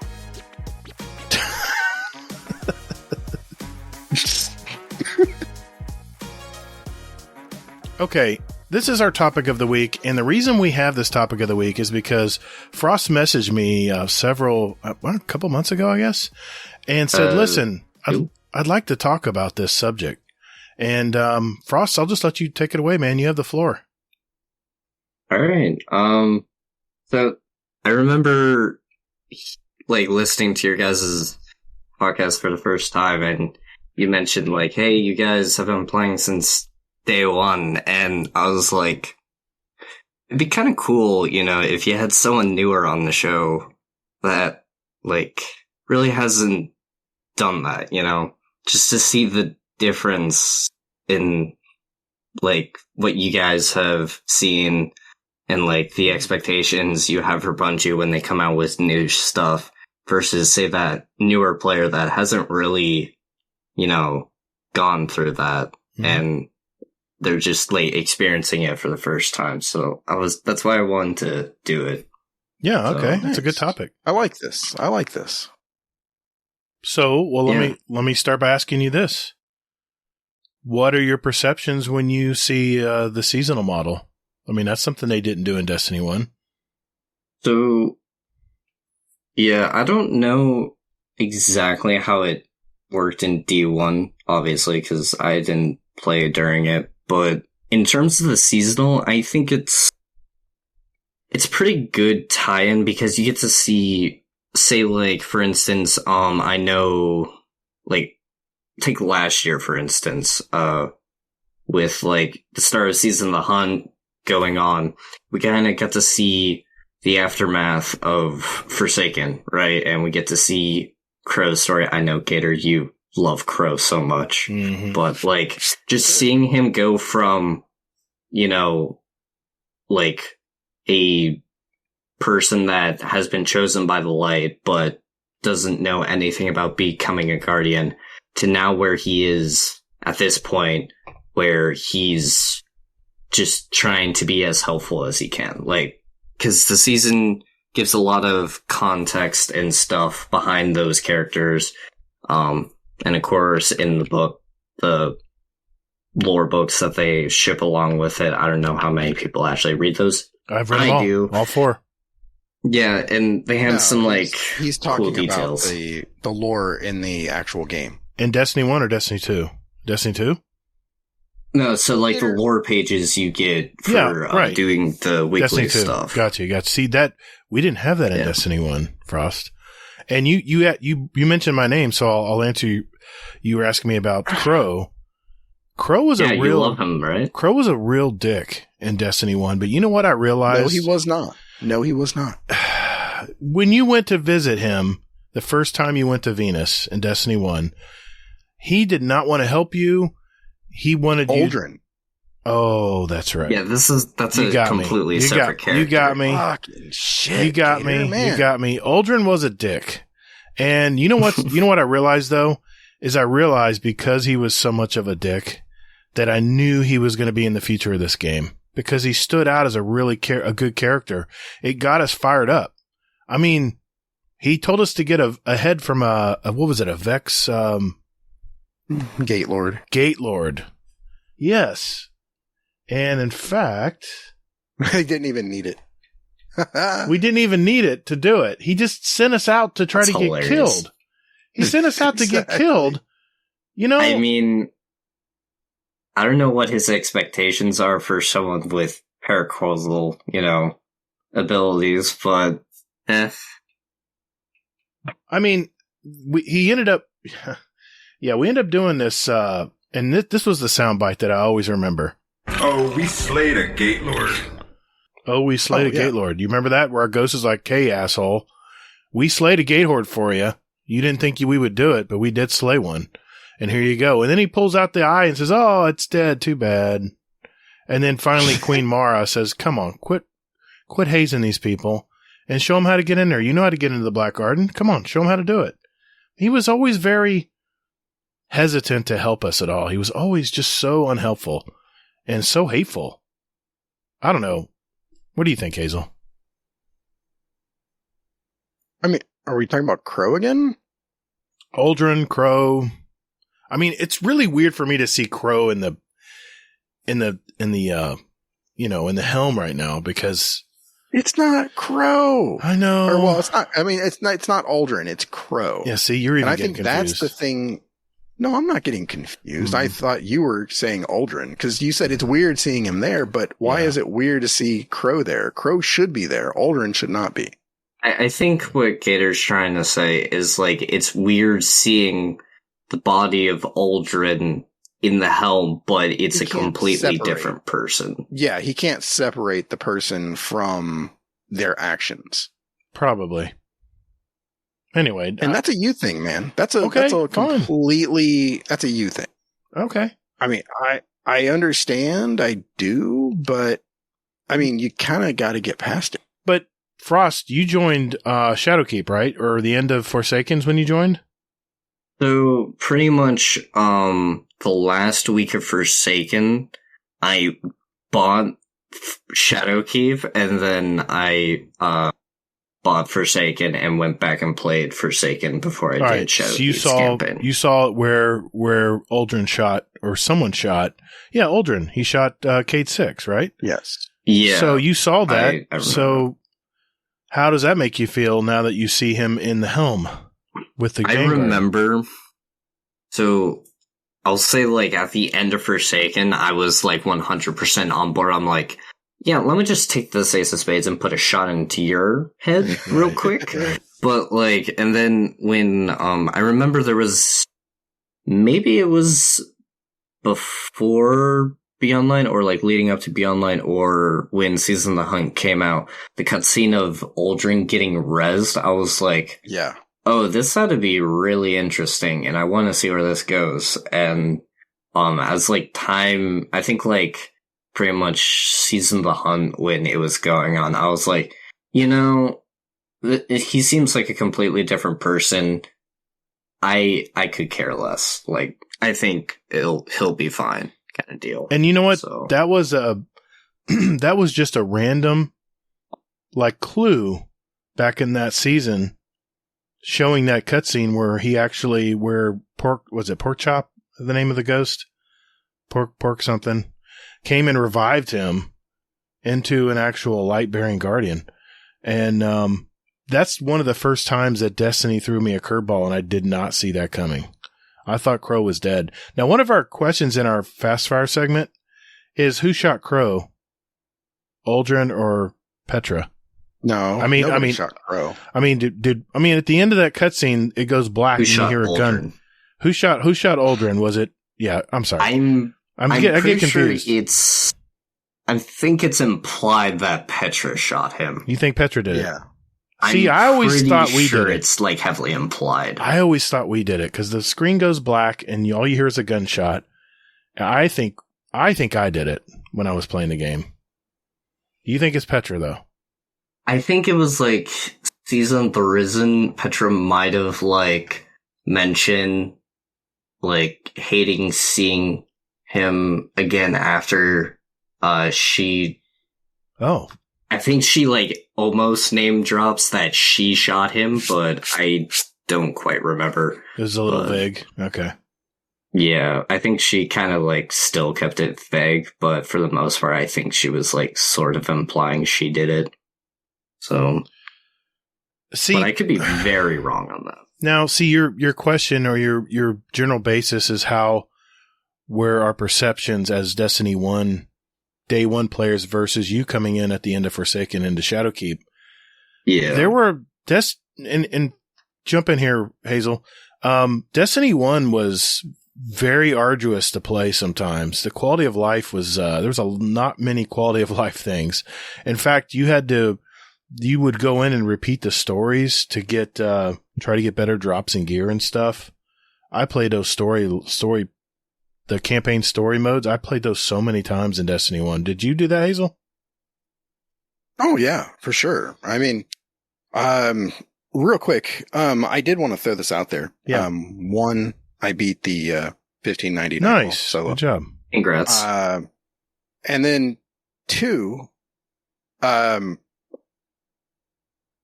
didn't ask me about who shot Aldrin. Well, yeah. that's all right. Who shot What? Aldrin? Did we shoot Aldrin? I mean, did you shoot Aldrin, or did Petra shoot Aldrin? So my answer is twofold. I think that if you are a D1 veteran, you shot him Okay. because you have that, Hatred. kind of, sort of, yeah, exactly, for Aldrin. That's And weird. I think that if you are a newer player and you don't have that with him, maybe somebody who joined in Forsaken, maybe maybe? not really Forsaken. No, because maybe Forsaken. I don't know. But maybe after Forsaken. So Shadowkeep, Right. for sure Shadowkeep Season of the would Hunt. be Yeah. that. No, Shadowkeep was Season of the Shadowkeep was Undying. That was the first yeah. season of Shadowkeep. yeah, Okay. Undying. Okay. Yep. Gotcha. So, but yeah, in Shadowkeep, it was Petra, is my thought, is how they would probably play that out. So just depending because- if we were Destiny 1 players versus Destiny 2 players. That's actually Yeah. kind of cool way to That's a look good at idea. it. I never didn't think thought of it about way. that. Yeah, I didn't think it that way. See, because I always thought it was me. I have no concept of all this stuff you guys are talking about where you're not a fan of Aldrin. I have no clue about that. I've looked and seen D1 cutscenes or everything, but I'm sure there's a lot more that happens outside of that I just don't know about because I haven't Mhm. played D1. So yeah, that's actually pretty cool. I like that. Other than the Vex, I think Aldrin was one of our most hated characters in the game in Destiny 1. Like I said, he was not cooperative and made life crappy for us. I don't know. He was a dick, but nothing major. Maybe maybe it was because it was early in the storyline. Maybe that's why I'm holding on to that thought. But anyway, we could go down a rabbit hole there. But So that's just one thing that we're talking about. right. Go ahead, Frost. Yeah, so that's just one example of the complete disconnect that I find interesting. Another I think would be really I think cool probably to explore is the Exo Stranger. Cause I know in D1 you guys was it the first base, right? Is when you get introduced to her. And then Beyond Light came out and you actually get story. What does that feel like to you just waiting all that time to finally get something on this character? Well, real quick, before Gator chimes in. No, I was going to let you go. Oh wow, holy shit. Yeah. Imagine that. That's But- possible. But one thing that you don't know, Frost, is that Luke Smith, in all of his infinite wisdom, came out and said that we aren't going to learn any more about the Exo Stranger for a couple of years. That is true. Oh, okay. Yeah, I didn't know about that. So yeah, he came out and said it. So we all sort of were like, all right, whatever, But Gotcha. that always okay. bugged me, though, that I didn't know more about her, though. Of course it did. Yeah. Because she had this cool ship. She had this cool transmat thing that she Mhm. would do. She was talking to someone in a different dimension. Crazy. Yeah, exactly. All this craziness. And I was just like, oh my God, who is this person? I want to know more about them. And never. I think we mainly saw it as a missed opportunity for a cool storyline. Wouldn't you agree? Well, so Frost, there's a book if you're interested in it. It's from Jason Schreier. And the hell is the name of it? Blood, Sweat, and Pixels. Yeah. That sounds really cool. I read that book. It was a good book. It is fantastic. I've read it a couple times actually. And he talks about basically like the background story behind Destiny. And it basically went, I mean, it's not all Destiny. It's like The Witcher 3 and all these other games, but it was just brutal. Like, I mean, they like scrapped everything basically like 3 times. Mm-hmm. And then they just threw out some shit. And at the, like, it was getting time to go. And they were just like, let's just go with it. And gotcha. It's like the little game that shouldn't, basically. Like the little, project where you're like, there's no way this thing is going to get me an A+ on this exam. And then like you get 100 out of 100 and you're like, ow. Yeah. Well, Destiny's never been a 100 out of 100. But you know what I'm saying. Yeah, exactly. It's like, I mean, look, you read that story or this story about the game and how beleaguered it was. And then you see where it is now and you're like, it's like night and day differences. Like, it's like this game shouldn't even be here, judging from how it started out. Gotcha. But yeah, Blood, Sweat, and Pixels. That's not just for you, but for anybody. Yeah, it's a good book. I don't read many books, but that's one I definitely read. It's a good book. I'll have to look into it. I haven't really been reading anything too much lately, but well, did you have any other questions as far as Destiny 1 versus New Lights? I guess I have a question for you at the end, but yeah. Oh, okay. I would say like I guess my next thing that'd probably be huge is storytelling. Like, cause if I've heard this correctly, in D1, you guys would like get an expansion and then like wait for like almighty, ever. Did we ever? And then they would be like, hey, yeah, we're still alive. Here's the next expansion. And you're like, oh my lord. Those were called give me it. Content droughts. Yes. Yeah. That's why when everyone complains about seasons and stuff, I'm like, I love this. It's a constant flow of story. It's a constant flow of something to do in the game. I don't know how many times, Hazel, we ran things over and over again because there was nothing to run. There was nothing new to do. So we just ran over things over and over again. I don't give a shit about that, honestly. I didn't mind the content droughts. You didn't mind them? No. Oh no, it drove me nuts, man. It drove me nuts. I was a big fan of content droughts. No, I was a big fan of the game, and I wanted to hear more. And another thing, speaking to content droughts, is they would open up a storyline in a DLC, and then they would just cut it off, and you're just like, well, wait a minute, what's the end of the story? Where's this go? Wasn't it like the Dark Below came out, right? Oh. And then House of Wolves, and then Dark Below 2, or whatever. Dark Below was the first, and then House of Wolves, right? Yeah, and then it was oh geez, it's been so long. Not Witch Queen, but Taken King? With Taken King. Taken King. And that changed that really changed the game. That's I don't know if you can agree with this or not, Hazel, but that's when they brought the light system where you could actually work at getting your light level up. It wasn't all about levels. Light system? You actually, it's power. It's power now. It used to be called light. Okay. We were building your light levels up, and you hear a lot of people say, "Yeah, I was trying to build my light level up," and then people go, "Oh, I meant power level," because that's what they call it now is power. But it's the same thing.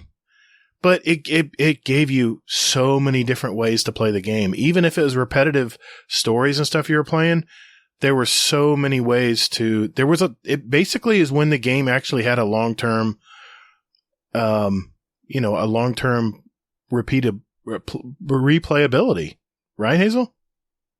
I don't know, man. I loved the content droughts. I mean, they would release the game, you'd play through all the content, and then you were left to the world. And you could take it and you could, like myself, I mean, that's when I mastered Crota. I did it solo. Yeah.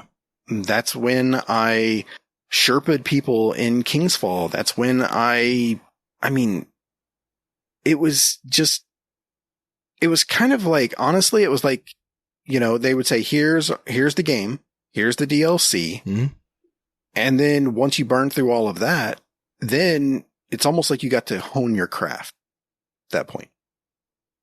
Right. Then if you were a PvP player, you dove into PvP a lot more. There was Trials, there was Iron Banana. But, I mean, if you weren't in that, then you were probably doing raids or strikes, which even, I mean, they had things like in strikes called Daybreak. Mm-hmm. Where you could have basically it was like mayhem in strikes. It was fun.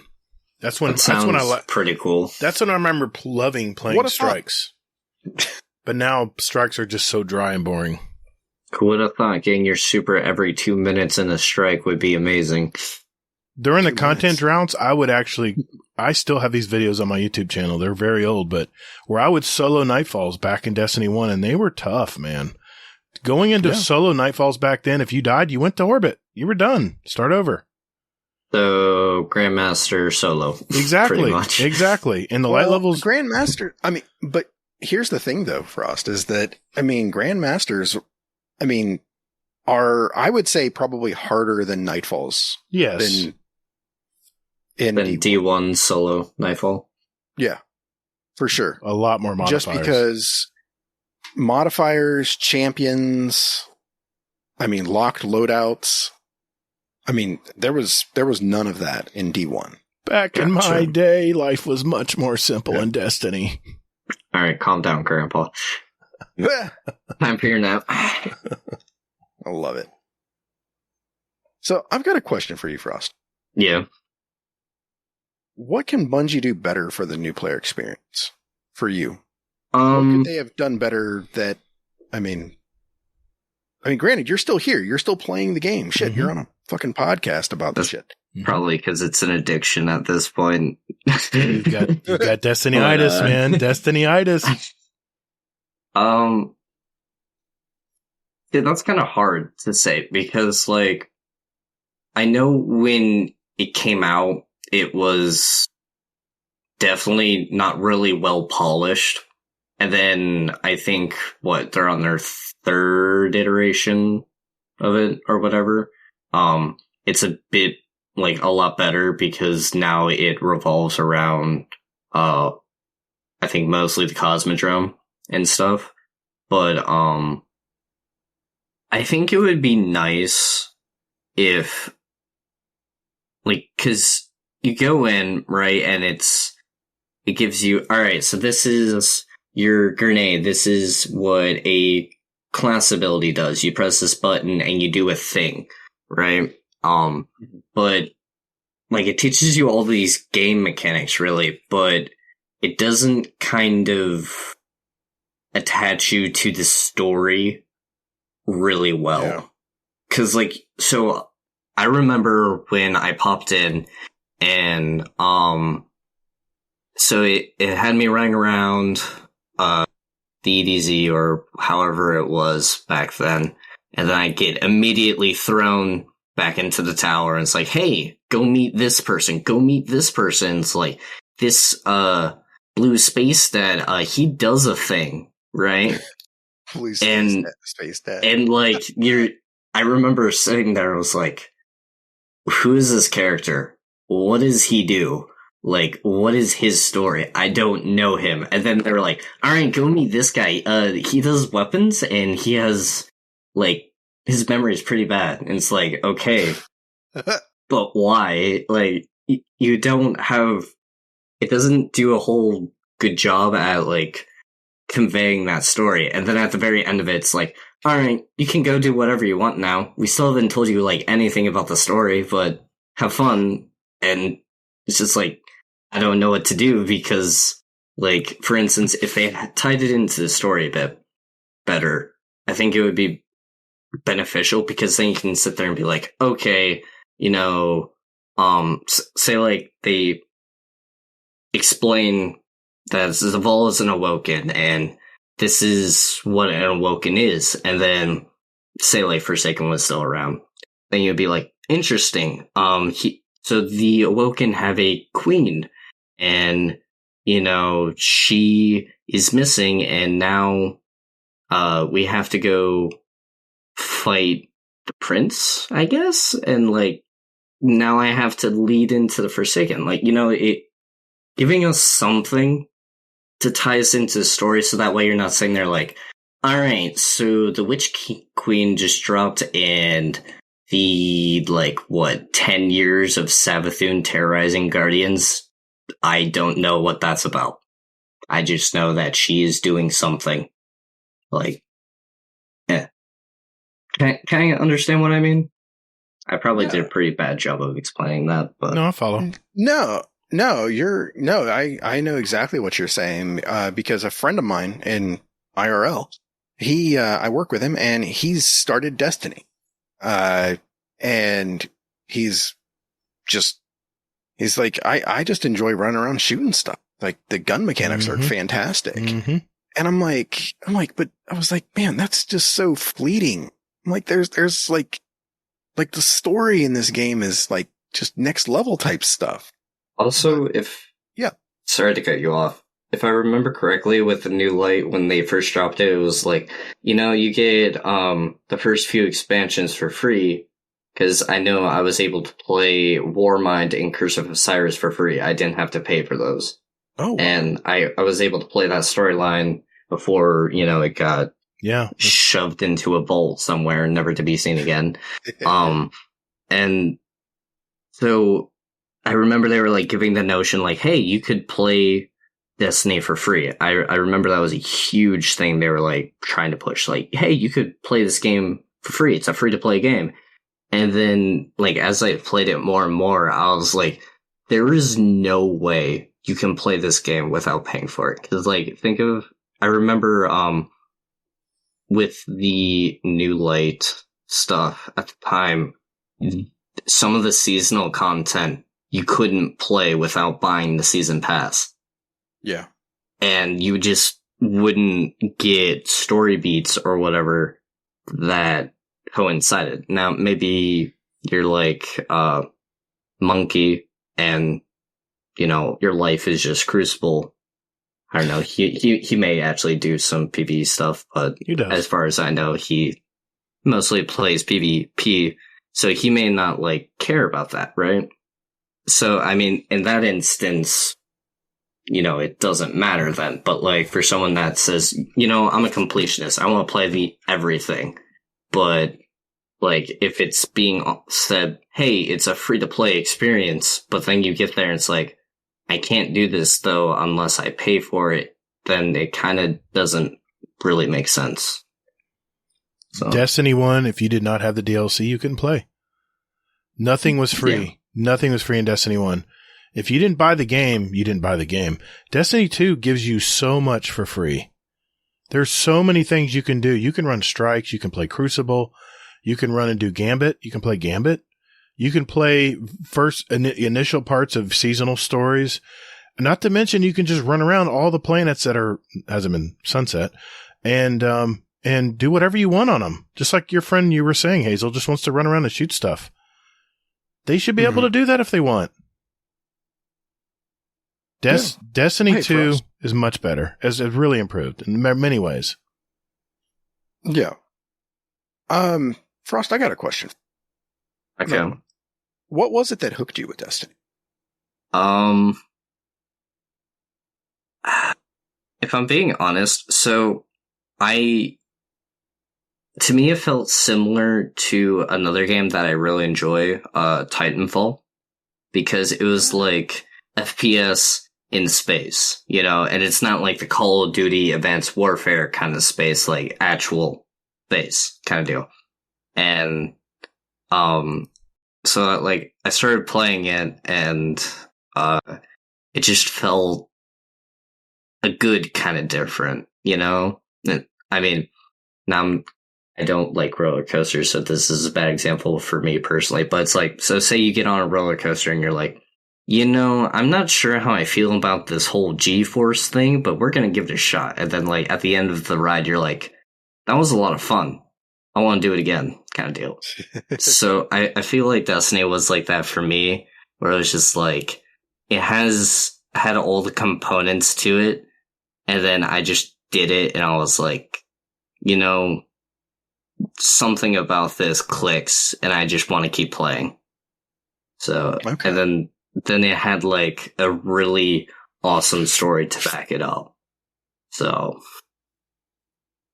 versus like, I don't know, a cookie cutter game where it might give you something a lot different that isn't as polished, Frost, did you have any other questions for us on this topic? In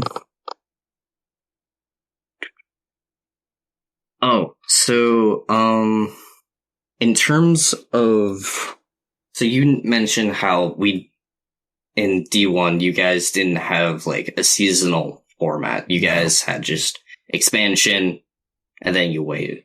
So, yeah, in hope that, it doesn't get canceled. Yeah, or whatever. Exactly. So, would you rather, because I've heard differing opinions on it, would you rather have it how they still have it now, where it's 4 seasons a year? Or would you say maybe like 2 or 3 seasons where they could probably put a lot more stuff into it and it would be a bit longer, but you wouldn't have as many. So you may not get a specific thing that they would probably touch on otherwise. But you're saying you would still get more. Going from 90 days to like 120 days? Yeah, because I know, like, what was it, last year? During COVID or 2 years ago. The last season was when they had a really long season because they had to push back Beyond Light, I think, or you're right. Witch Queen. Witch Queen, yeah. Yeah, Witch Queen, yeah. Hazel, you want to answer that first? Which one would I prefer? Oof. I'll let Gator go first. Okay, fine. I got an answer. I got an answer. Now, see, the one thing, gamers have very short memories when it comes to complaining about Destiny. The one thing that I heard on podcast, I heard in Reddit, I heard on forums, I heard on everywhere was, you know what, Bungie? Just give me credit for killing things. Just give me credit for playing the game. So what does Bungie do? They give us seasons where anything you do, any XP you get, whether it's from a bounty or the 300 XP for killing that vandal over there. Yeah, I know how much XP it is. It adds to that bar on your season pass. And guess what? When you complete a level, you get something for killing stuff and playing the game. Imagine that. What a concept. So my only pet peeve with the seasonal model is most of us get to 100 pretty quick. I mean, if you're an average player in Crucible, you get to 100 pretty quick. I think they should have a prestige system where you get a special emblem when you complete 100 and you go back to 101 or reset and go back to 1. If you want to do that the Call of Duty way, I don't care. And have another tier of rewards up to 200. And if you want to prestige again, you get another emblem. That would make people play this game all the time. Sorry, I'm being a little dramatic for emphasis. So that's my only pet peeve. But this is what people don't remember about playing in Destiny 1, other than the content droughts, was, you know what? Give me a reason to kill stuff. Give me something for my time played in Destiny. I remember 30 and Still Gaming saying that on his podcast. He's been doing it for 7 years now. So that's my answer about seasons. And I think if they go to 120 days on a season, I'm fine with that as long as they create that prestige system that I just mentioned. If they don't, then 90 days is perfect for me. Floor is yours, Hazel.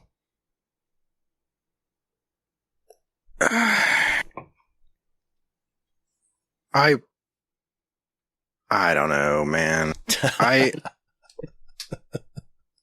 My deal is this, pure and simply, that I don't think they could tell the same stories that they're telling in 120 days in like a big DLC drop. Mm. I think that's where my point lies. I don't know. I just don't think they could. I mean, they would have to change everything in how they do the game. Yeah, and it's kind of fits perfect. It fits perfect right now, Hazel, because we have 2 weeks until the solstice event. That's going to last for a couple weeks, right? Will that take us into the last weeks of the season? I can't remember, but the story should tidy up, right? Yeah. The story should tidy up perfectly in a couple of weeks. So 90 days works out perfectly, especially if there's some kind of seasonal event. I'm not going to go that far and say that it works out perfectly because, I mean, I just don't think that I don't know. I mean, I understand your concept of, prestiging the bar and things like that, but no. That's not what they want. Because if you think about it, they already get engagement, like very good engagement from this game. I would challenge Bungie if they did a prestige system on the season pass, their engagement would go up at least 25% across the board. I guarantee it would. People want vanity items. People in Call of Duty, they want that new emblem to show that they're prestige 2 now, when everyone else is still a corporal. I'm telling you, people want those vanity items. They want to be. But it's also good. It's also easier to prestige in Call of Duty than it is to. But it's similar to 100. But it's similar in concept alone, but it's not feasible according to like anybody who's ever played Call of Duty. Dude, Call of Duty's been out since what? 2002? Gator, you missed my point. All right, say it again. It's not about that. It's that, yes, I mean, they can certainly do that, but how many times would you prestige in, say, 90 days in in Call of Duty? In Call of Duty in 90 days? Yeah. Let's see. Okay. Or in a year. Let me think about this. Because usually within a year, because the next game came out the next year, I was at least 10 prestiges. At least. And it went up to 20. In the latter games, it went up to like 20 and 25 prestige. I mean, they kept raising it because people were playing this game like crazy. And they just said, fine, we'll give you a new emblem. Here, there's a 26 prestige. And people would show it off in the lobbies. Okay, so that's my point, though, is that you would prestige 10 times a year. Well, according to the Call of Duty system, yes. Usually because that's what it maxed at. And then they went up to 20. And I think a lot of us did that too.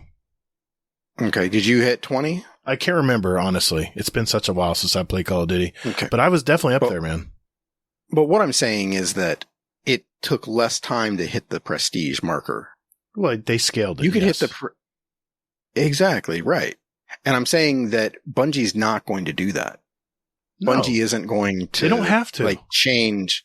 But you just said... No, they don't... But they should. No, they don't have to because on our own, we have people that are level 400s in our... I mean, we have people that hit 1,000 rank in the seasonal rank. They hit 1,000 in one season. I mean, granted, he was raising money for charity. But I see level 400s and 500s all the time mid-season. All the time, man. All the time, huh? I do. I mean, I will admit that, like, I get up to maybe 150 to 180 usually around a season. So, and, like, there's not a whole lot benefit of me, like, getting up that high. It just kind of happens. Let's see, I'm looking at my... It's all passive, basically. Yeah. I mean, because once you hit 100, I mean, logical people will stop doing bounties and just be like... But you're still getting XP, though, for... all right, fine. But logical people will just go ahead and be like, oh, you know what? I don't need to do bounties anymore. I've hit 100 of my season pass. The XP is not going to get me anything. And I just think I don't think that Bungie wants to set the bar that high where they say that, hey, I want people to play this game and prestige that much. Because there's already a lot to do in this game. There is, but not everybody wants to do everything. An example of someone who's they've already actually kind of used prestige method with the gilded titles, right? You go in and you have to complete this other handful of objectives to get a gilded. That's a prestige. It's a prestige. You're getting a little number next to your gilded title. That's a prestige. It's not necessarily. I mean, I'm just hypothetically. It's like a dumbed down version of prestige. Yes, it is. It is. But it's still the same method. Yes. So I know, like, for me personally, if there was a prestige system, for instance, say, like, Joe Blackburn's like, all right, we're going to put this in the game, like, right now. If they did that, like, the rewards have to be tangible enough. Of course. That goes without saying. And, I mean, yeah, emblems are cool. Like, I know, I have, like, my collector emblem from Gambit, and I love that thing to death. But, like, emblems can only carry you so far. And, yes. Like, for instance, for me personally, I know I would like upgrade stuff. So, like, golf balls. Upgrade modules. Even upgrade modules. And stuff like that. But, like, for you guys, I know you guys have been playing longer, so you probably just have stacks on stacks of that shit. No, there's a problem. There's a problem. No, there's a problem with that because you can only hold 25 upgrade modules at a time. You can't really farm them. So they upgrade modules. Upgrade modules to rank up your He's talking about golf balls. Yeah, I know. Golf balls are part of the rank up in building up your armor. Prestige in your armor, or not prestige. Now you got me thinking prestige. But, masterworking your armor. Yes, you need those. You need a lot of them. It's very expensive to do. But, like, my point is, like, you guys will have, obviously, probably a lot more than I have, just because of the fact you've been playing longer, so you probably have more of it, so that reward wouldn't be as enticing versus me. So, that's, like, kind of what I'm saying. So, like, the reward has to be good for, like, all players kind of deal. And for majority of the time, emblems do satisfy that. Like, for instance, I know solo flawless dungeons. I know, like, for me, I got my prophecy dungeon emblem, and I've been chasing that for like 6 seasons, and I finally got it. I'm like, that's awesome. I can rock this now. But, like, that carries me so far, So yeah, I don't know. Maybe maybe like adept weapons.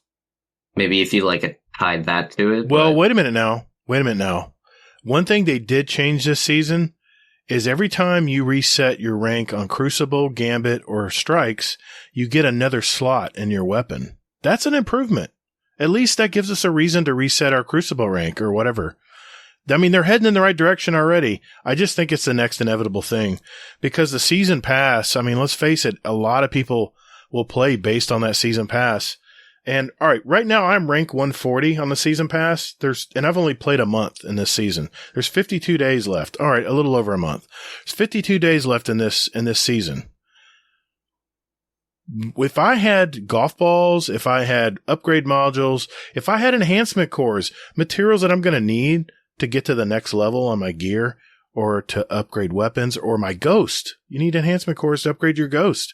Any of that enhancement cores. This fucking guy. I'm telling you, dude. Frost, how many enhancement cores do you have, man? Around 150. That's not a whole lot of enhancement cores. You go through them pretty quick.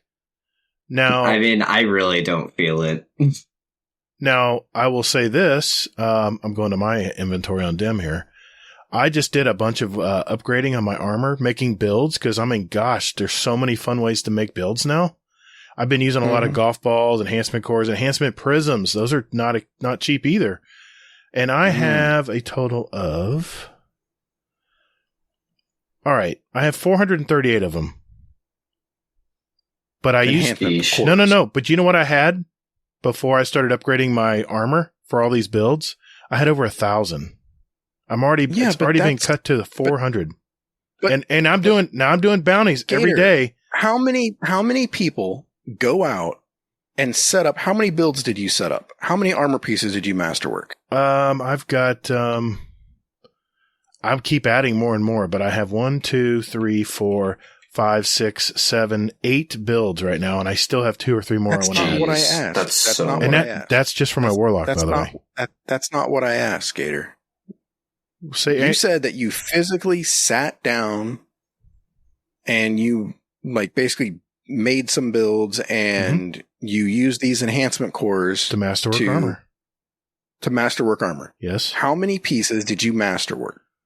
Oh gosh. He's asking, individual pieces. Total pieces? Individual pieces last time. I have 50 bonds that I've masterworked. I have, 50? It was an example. Oh. It was an example. Okay. No. Yes. Bonds, this is only one character. I have 2 other characters. Masterwork bonds, I have 4 on I'd say about 4 per character because they're different element types and I can use different mods because of different element types and I don't want to pay to keep switching out the element. Okay. But so that would be what? 12? What I'm trying to get to. Yeah, please. Isn't that how many do you have altogether per character? But you said that you had 1,000 on this day. And then now you're down to 400. Under 500 now. Mm-hmm.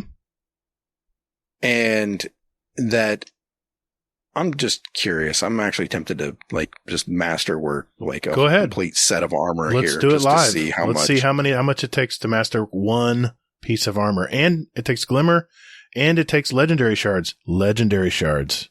Go ahead. Let's do it live. I want to record this. Bitch. I'm sitting on 586 enhancement cores. I've got 50. I'm maxed out on enhancement prisms, and I'm sitting on 5 ascendant shards. Okay. So I wish. Let's see what you use. Keep track. Just do it. Just do a. You're a Titan, right? Let's just do a mark. Do a mark. No, I'm. Or better yet, do an exotic piece of armor.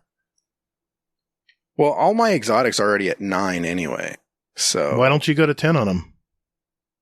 You get extra stats across the board.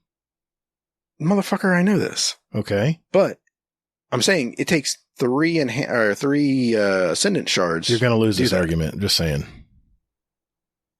I don't understand how. But because I'm just simple. How many? Well, this is interesting. Right. So okay. Wait a minute, Gator. Wait a minute. So you're the plight of the everyman here, Gator. Mm-hmm. So I'm getting ready to sink 3 ascendant shards into my Laurely Splendor helm here. And guess what I noticed? What?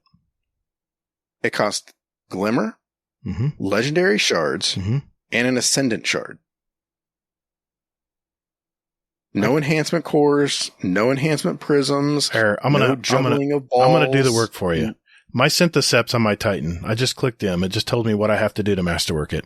From 1 to 10, it's gonna cost me 3 golf balls, 5 ascendant shards, 5 enhancement prisms, 30 legendary shards. 5 ascendant shards? No, 3 ascendant shards. He means 5. 3 ascendant shards, 5 enhancement cores, 5 enhancement prisms, 30 legendary shards, and 24,000 glimmer to go from 1 to 10. That's not much. That's only one piece of armor, dude.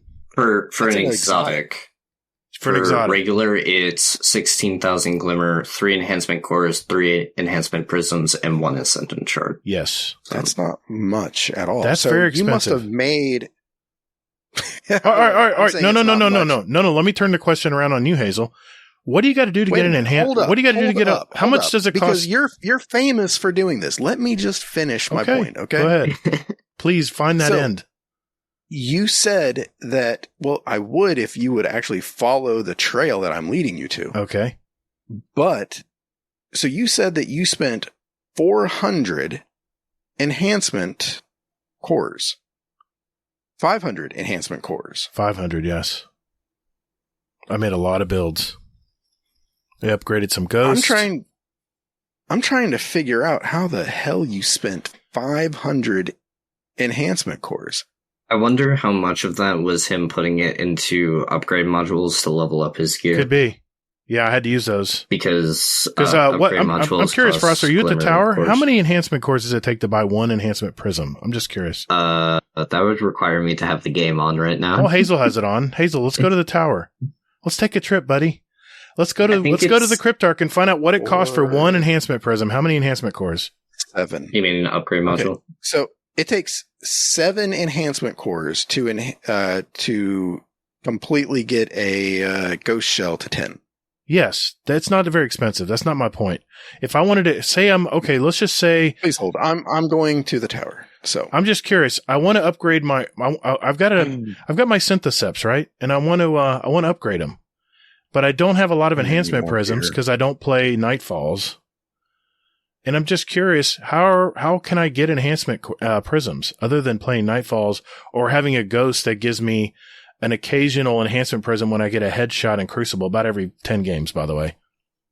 Just curious. If that's the only way I can get enhancement cores is to buy them enhancement prisms is to buy enhancement cores. And by the way, it takes 10 enhancement prisms to get one golf ball.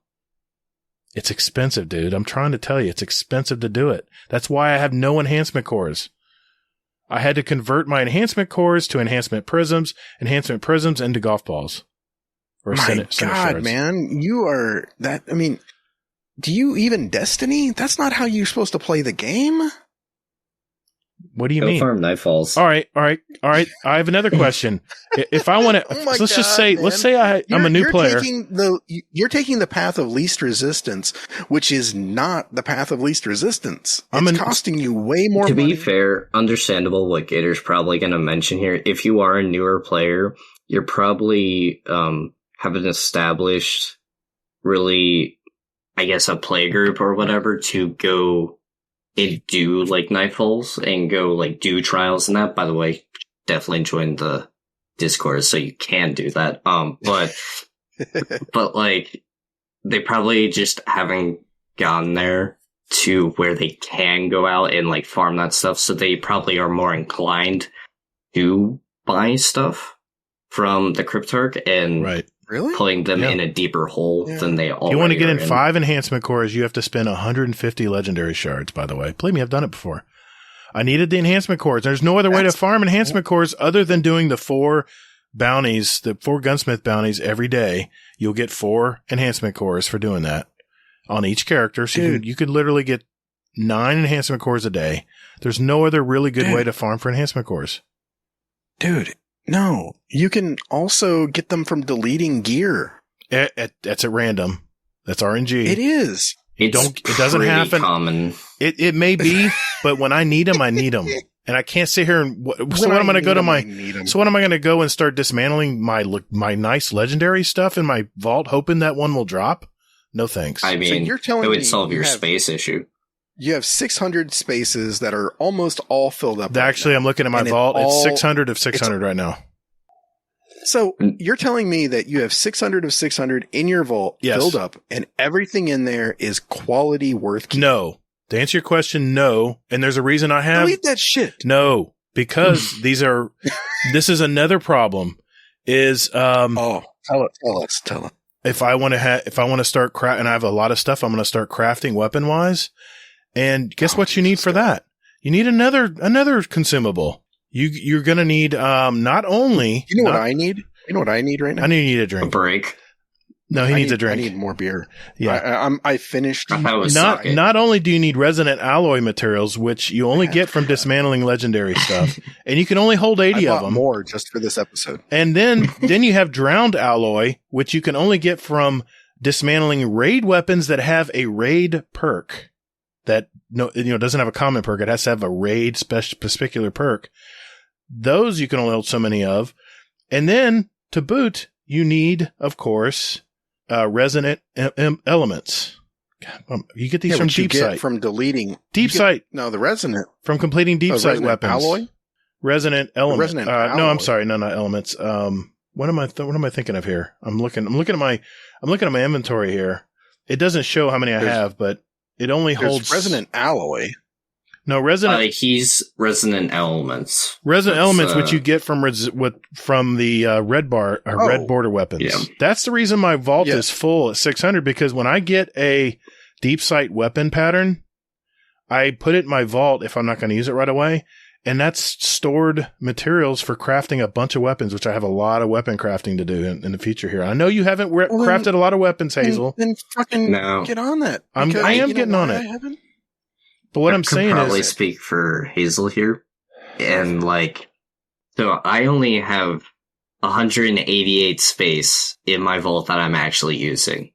And I don't really, do a whole lot of weapon crafting, but I do it occasionally. I've crafted an Austringer and that. And I'm still pretty full, but I only have, a few red boxes, and I'm still fine.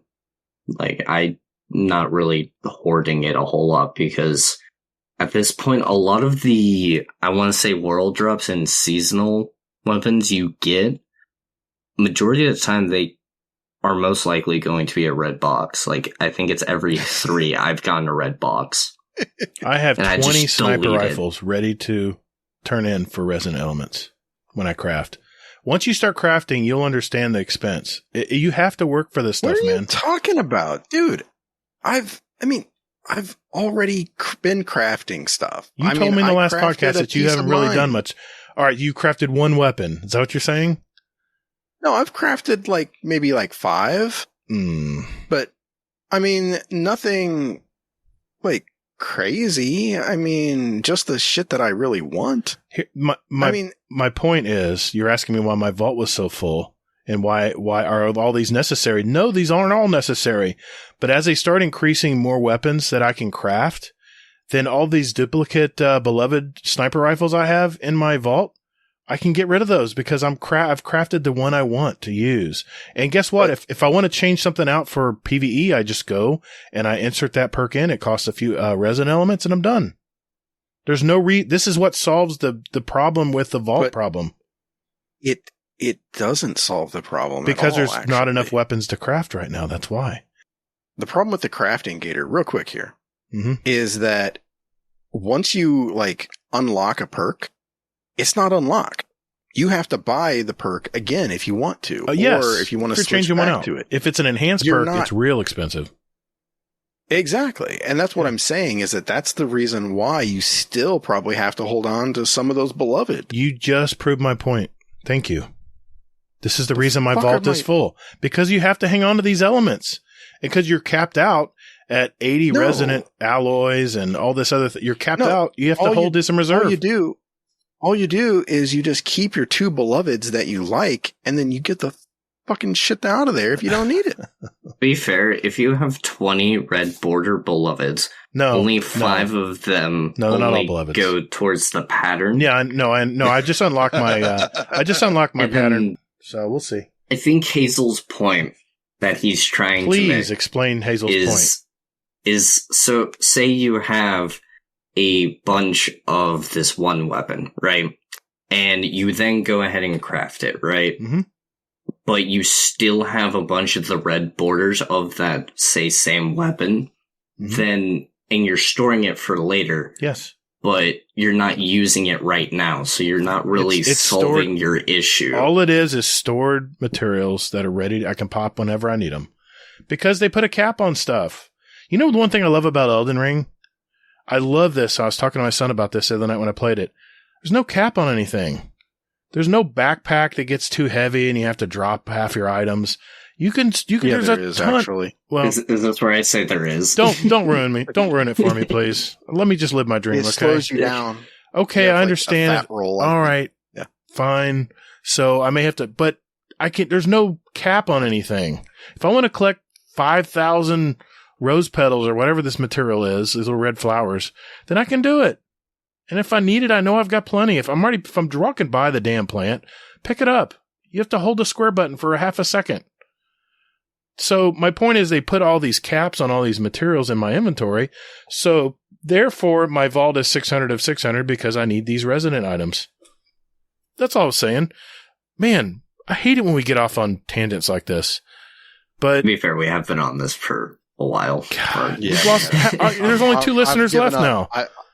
I've given up hope on this fucking conversation. You're not gonna turn me on this one, because I know there's a lot of Destiny hardcore players out there that agree with me. So I see the point in holding it, but I also am of the opinion I'm gonna go get it when I need it. I really don't do it at, to the point where I need to have it. This is my nightmare.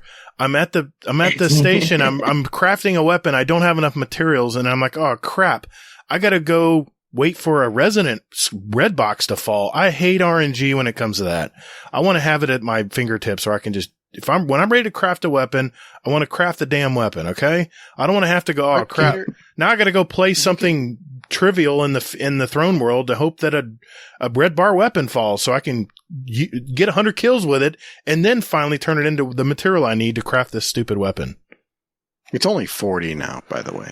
But 41. Oh, okay. Thank you, Bungie. That you can, I mean, there are things you can do to increase your chances of getting a red box. Yeah, I mean, there's things you can do on the Season of the Haunted Tree. I've taken advantage of that. As far as getting a red bar weapon every week, especially when you're trying to craft the seasonal weapons right now. So, Frost, thanks for that topic, man.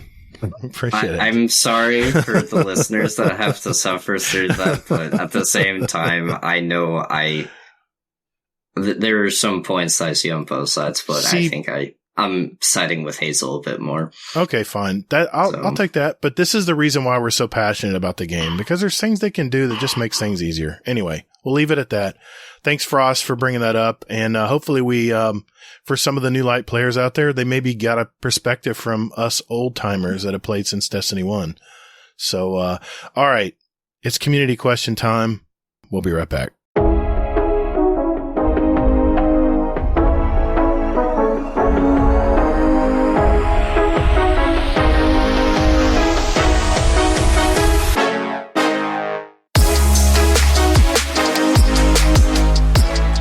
Hey, Guardians. Would you like to send a question for the show to us? There are 4 easy ways to do it. First, join our Discord server. There's a join link in our show notes. We have some great gamers in there, and you can just lurk or hang out and jump right in and talk to us, whatever you'd like to do. There's also a channel labeled Podcast Questions where you can type in your question for the show. You can also email us at guardiandowncast@gmail.com, or we also occasionally tweet about our upcoming show and guest, and you can respond there with your question at guardian_d_cast is our Twitter handle. Finally, you can send us a voicemail with your questions at speakpipe.com/guardiandowncast, all one word, and we'll play it live on the show. Thanks to all of you out there who do listen to our show. And Toddles. And later, Guardian. Hey, man. That's my line. What? Yeah. Says who? It's in the script. It's my line. All right, boys and girls. It's my favorite time of the show. This is where we get our questions from our community. And boy, do we have some questions from our community tonight. I'm going to start out with some speak pipes, and we have one right off the bat here for Frost. Here we go. Hey guys, Rodimus here. I got a question for Frost. Frost, what is your favorite kind of ice cream? Favorite ice cream, Frost? I knew this was going to happen because of the name, but I always go with cookie dough. That's just my number one. I can't beat it. It's just engraved into me. Now, I'm not opposed to trying different flavors. For instance, Neapolitan, probably my number 2. But really? Yeah. But yeah, cookie dough. Okay. A lot of younger kids like cookie dough. My son loves it. Younger kids. I never got cookie Back dough. in my day, we didn't. To be fair, I am. What do you think my favorite? To you guys, I'm a kid. What do you think my favorite flavor is? I'm just curious. What do you think, Frost? Mint chocolate chip. Did you listen to the show? No, that was just a guess. That's my favorite. That's my favorite flavor. Yeah, chocolate chip. I don't understand that appeal. Oh, it's so good. So good. Like, if I'm gonna have, like, mint to me is like toothpaste. So I can't just, like, eat ice cream that tastes like mint. All right. That's fair enough. Why there's Listen to him. He's like, all right, enough. Let's move. That's why there's a bunch of different flavors. Okay, we got one here from Hades. We'll see what he has to say. Sup, guys? Hades here. Sat in my car, being rained on. It's bloody loud. I don't know if you can hear it. My question for you is, do you guys have weird-ass weather over there as well? I've just driven 2 miles, and it's gone from relatively sunny to absolutely tipping it down to my wipers were on full to wipers on just a little bit, and now it's looking like it's about to be sunny again. I don't know if that's just the wonderful Welsh weather or the rest of the world gets that. I'd also like to apologise for Monkey. I may have slightly forgotten to put a speak pipe in for you. Love you, bud. Love the rest of you too. Have a good one. Thanks, Hades. Thank you. I think me and Hayes can 100% say Ohio has the weirdest weather forecast I've ever, like, experienced. Really? Yeah. But I think it's a common joke here. At least I say it a lot, where Ohio is bipolar. Because, like, we pretty much have the third pole of the Earth. Like, we've had, I think, several times all 4 seasons in a day. Yeah. So it's pretty whack. Okay. Also, I didn't know Hades is Welsh. I'm part Welsh, so good to know. I like that. Nice. Yeah. Cool deal. Yeah, Florida is very much like England. England's, of course, an island. Florida is almost an island. It's a peninsula. And stuff moves from ocean to ocean, from the Gulf of Mexico over to the Atlantic all the time. And we have what we call sea breezes that come across in the summertime. We can almost bank on when the rain's coming every day, usually around 4:00. So to answer your question, yes. I mean, I've driven to a customer's house, and I mean, I would call them from my house saying it's pouring rain. I'm only 2 miles away. I'm sorry, I'm at the cancel tonight. They go, it is sun shining in my yard. I don't know where you're at, but it's sunshine in my yard. I'm like, okay. If you say it's not going to rain there, I'm on my way, and I'll get there. And sure enough, it's blue sky and sunshine 2 miles away. I totally get it, Hades. I totally get it, man. That's Florida weather too. All right. We got one here from Mojafo. All right. Another question for the show. You ever dismantled something and, like, you kind of regret? Because I feel that way. I dismantled my heritage shotgun after completing a deep sight resonance for an Austringer. Thank you, game. But also, it's on me because I was sick. I was playing with, like, 0 mental capacity. I didn't even know what I was doing until I deleted, and I'm like, wait, where did my heritage go? So now I have to grind an encounter to get spoils, to then get into Deep Stone Crypt and get a heritage, and hopefully it gets the same roll as I had before. I just don't think I have the energy to do that right now. So yeah, ever dismantled a weapon that you kind of regret? Because I definitely do. But I don't really have the energy to go back in and get another one. Maybe one day. Well, according to Hazel, just dismantle all of them. You don't need all these. Get rid of these weapons. Get rid of them, I say, with his top hat and monocle in. Right, I'm Hazel? not British. Shit. Damn. Oh, good. Oh, shit. Well, I'm not helping you out of that hole. He did tell me to dismantle them all, right? I did not tell you to dismantle them. You said all. get rid of that shit. All You said of get rid them. of it. He just Get rid of said it. Yeah. See, Gator has, I mean, like this magical ability to just go, Hazel says this, so he can't possibly mean that. So he has to mean the opposite of what he just said. Hey, man, I hear what I want to hear, okay? All right. In terms of the actual question, though, Yeah. I have done it a bunch where, like, I get a pinnacle or a powerful, and I accidentally delete it, and I'm just like, I'm seething right now. Mm-hmm. But yeah, I would say, like, the number one weapon that I hate that I have dismantled was my spare rations. I deleted it because, like, I needed masterwork material, so I was just, like, going through my vault, like, just deleting stuff to get it, and I wish I could still play with it, but I can't because it's not in a loophole anywhere. What if you had all those masterwork materials farmed up already and you didn't have to get rid of that weapon? Then my life would be satisfied, but sadly, I never have enough golf balls. So. Okay.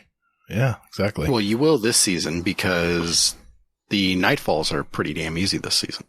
Yeah, gotcha. I like that. I mean, we will be running GMs, so we should get a lot. Good. Yeah. We just need to find a third.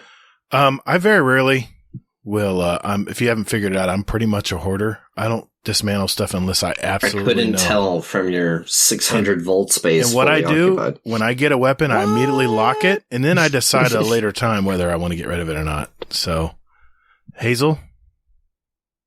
I'll be honest, no, I really haven't deleted anything lately like that. Sorry, Mo.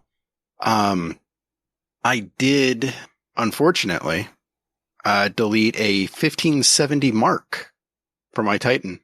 The first one that I got, actually. And now everything else that I have is 1570, except for my damn mark. That mark. Did you save it on your season pass? Or did you pull it? Did you pull it from your season pass already? It might be there. You might be able to get one. If you're I deleted it. So okay. I don't think it would drop at. No, it's going to be it's going to be 1569. Yeah, because it's technically 1569 already. Yep. Exactly. Yep. Oh well, I tried. Uncle Scumdeath, he's got a question for us. Hey. Silly, shut up. Hello, Scumdeath here. A question for the show. Would you rather have a cup of tea with your uncle or a beer? That's a question. Love ya. By the way, did you guys see the pictures of his band, Warcrab, playing? Yes. Those were fantastic photos, weren't they? Man, good on you, man. They looked awesome. They were awesome. What do you guys think? You getting a cupper or are you getting a beer? Cupper? A cuppa? You mean a cuppa? A cuppa? A cuppa or a beer? There we go. I said it right. What do you think, Frost? Beer for me. Beer for me. You can drink in England. You can drink in England. Yes. I could. So if I'm being honest, I really do enjoy tea. But I think I would actually have both, honestly. But if I had to pick one over the other, I'd probably have a beer. I feel like that would be, dude, more of a good time with Scumdeath. Scumdeath, we're going to a pub that you know, that everybody knows you, and we're going to have a big pint, dude. Hell yeah. And drag me along. Just be like, all right. Oh, yeah. Come on, some rear stuff. I can't drink this. It's too big. I'm like, come on, man. Let's go. All right. I got it. Speaking of English speaking people, from England, that is. We already had Not Arf on. Who else is here? I don't know. Question for the show from Miner. Hey. Dudes, this is Miner. I got a question for Hazel. Can you work something out to where we get at least 2 or 3 of the Englishmen in the group on the show just to screw with Gator so he doesn't know who he's talking to? Oh my God. Love the show, guys. Oh, and for the record, this only took 1 take. Later. Good on you, Miner. You're getting it down, man. You're getting it down. I like it. Nice. I think you wrote it out first. To be fair, we just have 1 Canadian on the show, and it still fucks up with Gator. So, yeah, I want to have Mr. Monkey and Kill a Monkey on at the same time. Oh God, don't do that to me, man. That would be so hilarious. If you even put them in a raid team together, I would go nuts. It's why RNG Gator doesn't game with me much, because everyone's saying, Gator, come on over here. I'm like, huh? Good question. I don't Miner. think that's why. No, I'm sure that's not why.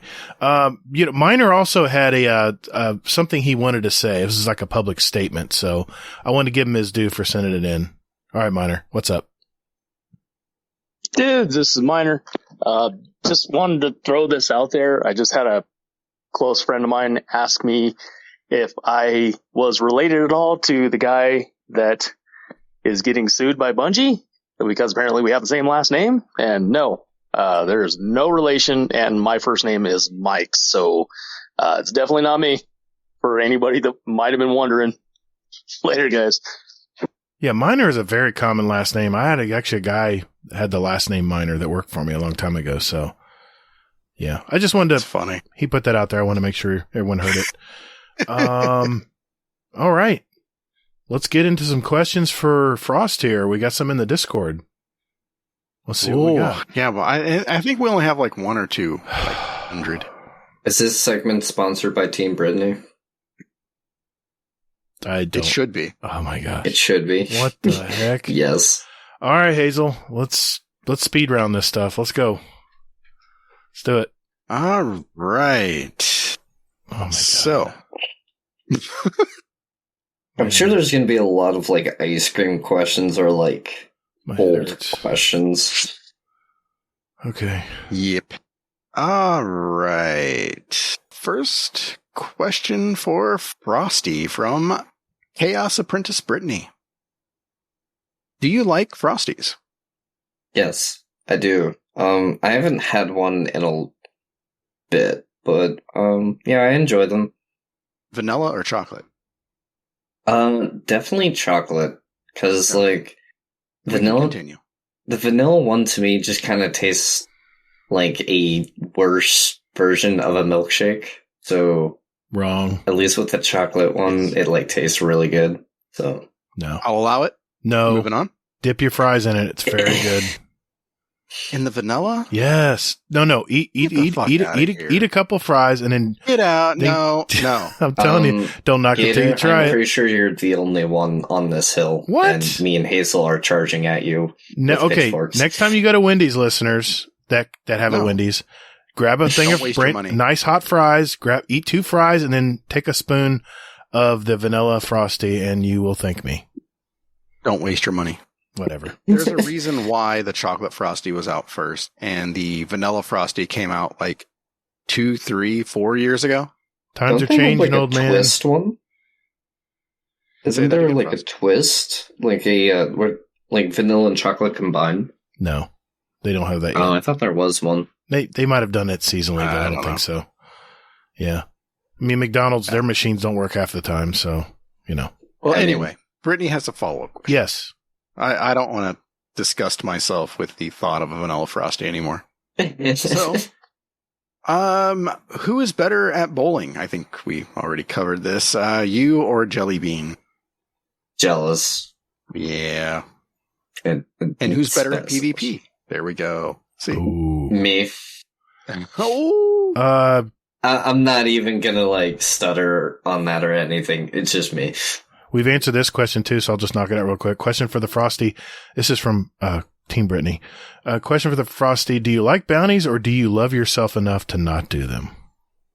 You've already admitted you do bounties. One of us. I do it occasionally. I don't like stress about it. Okay. I definitely don't do it for Bright Dust. I just kind of do it for XP when I care. Hey, you understand the concept. One of us. I wouldn't say one of us. Next question. I'm kind of in between. From Rodimus, question for Frostbyte. Who's better, Whiny Crow or Emo Crow?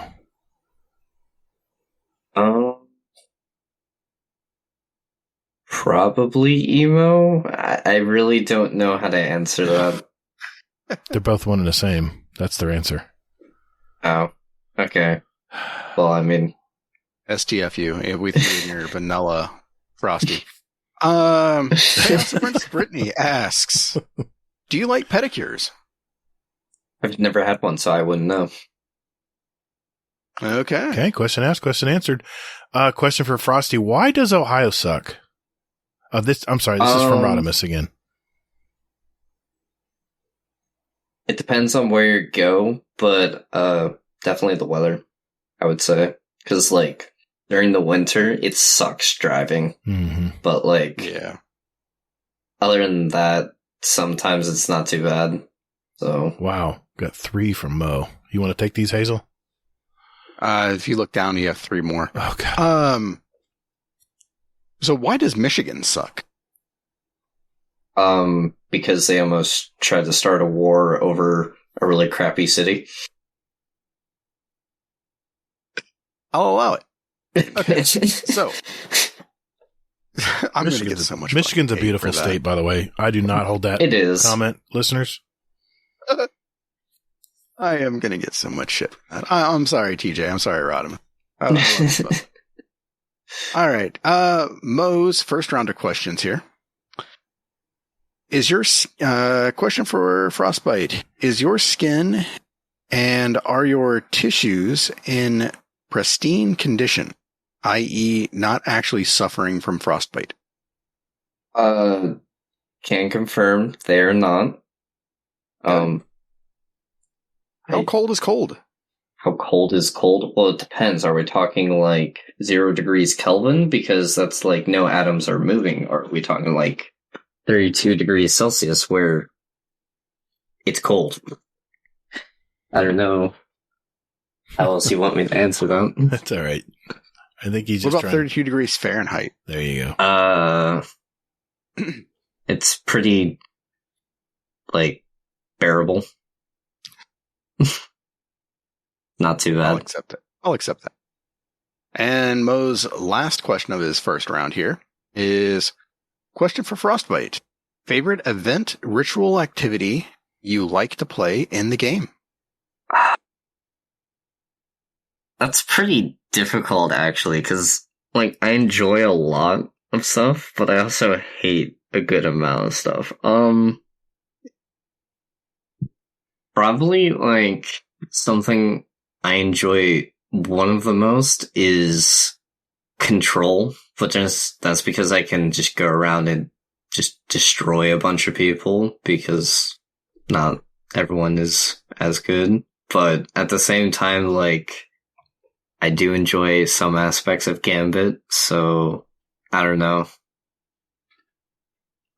Team Brittany has another one. This is a question for Frosty. Do you bite the frost back to assert dominance?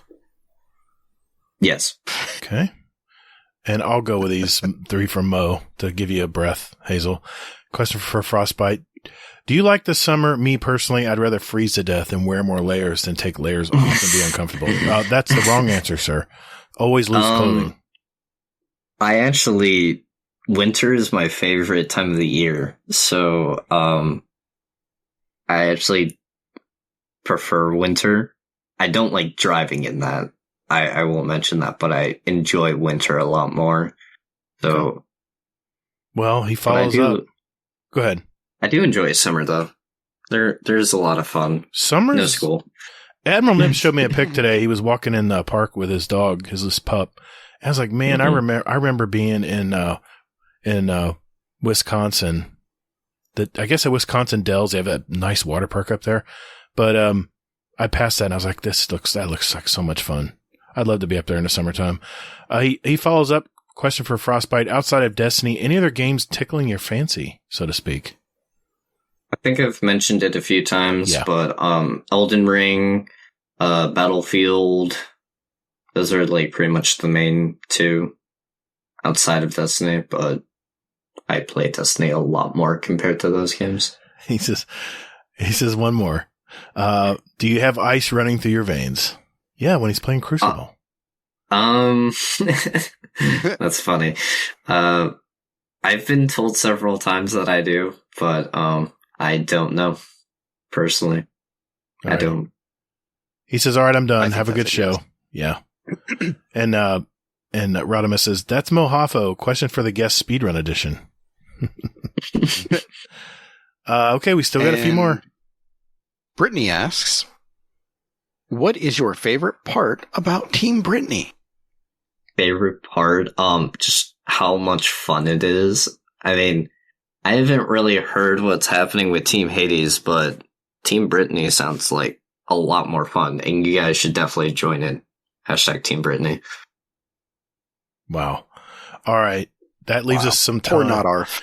That leaves us some time for some questions that I tell you what, I'm going to grab a few from the stored area I'm not going to say the P word. And why don't you grab a couple from the more recent, Hazel? The Sound P good? word. The pins. I'll laugh if you actually say mine unintentionally.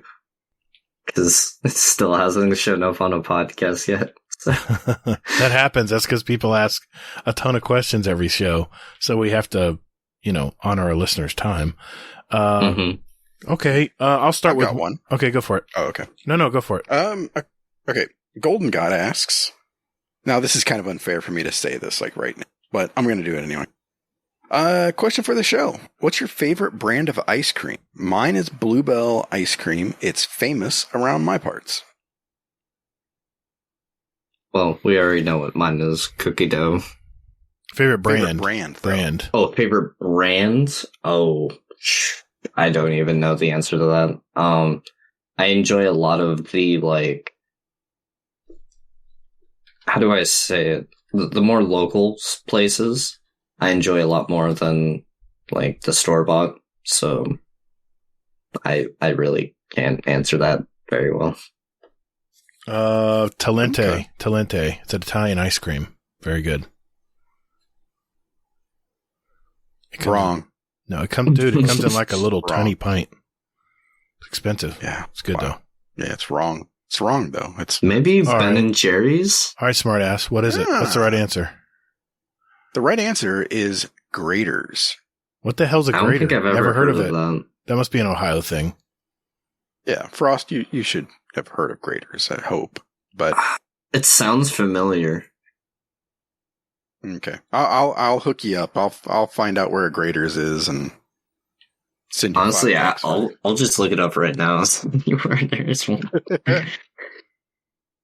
I know there's some in I know there's one in Grove City. I know that's a little over an hour from you. How do you spell it? Grae. Oh, great. Oh, got it. Graders. See locations. If you want to have a superior ice cream, look up Talente. Okay. Yeah, that's There's none near me. That's why I haven't heard of them. Yeah. All right. Got one from you asked that one from Golden God, was that correct, Hazel? Correct. All right. I've got one from Sage of Databayo. Question for the host: are you Team McGonagall? Are you Team Hades or are you Team Brittany? And why is it Team Hades? Ooh, I shouldn't ask this one. Okay. Oh well, I already asked it. It's out there. Can I edit this out?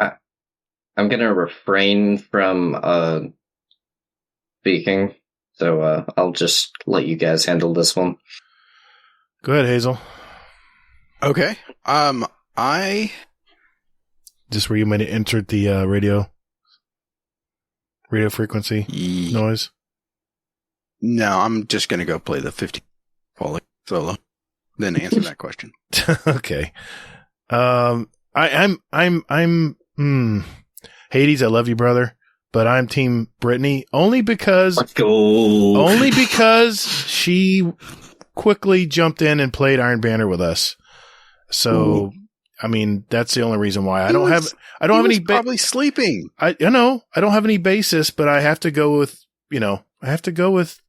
what's in front of me right now. So it's Team Brittany. Man. All right, then I got to go with Team Hades. There we go. Now it's an even Steven.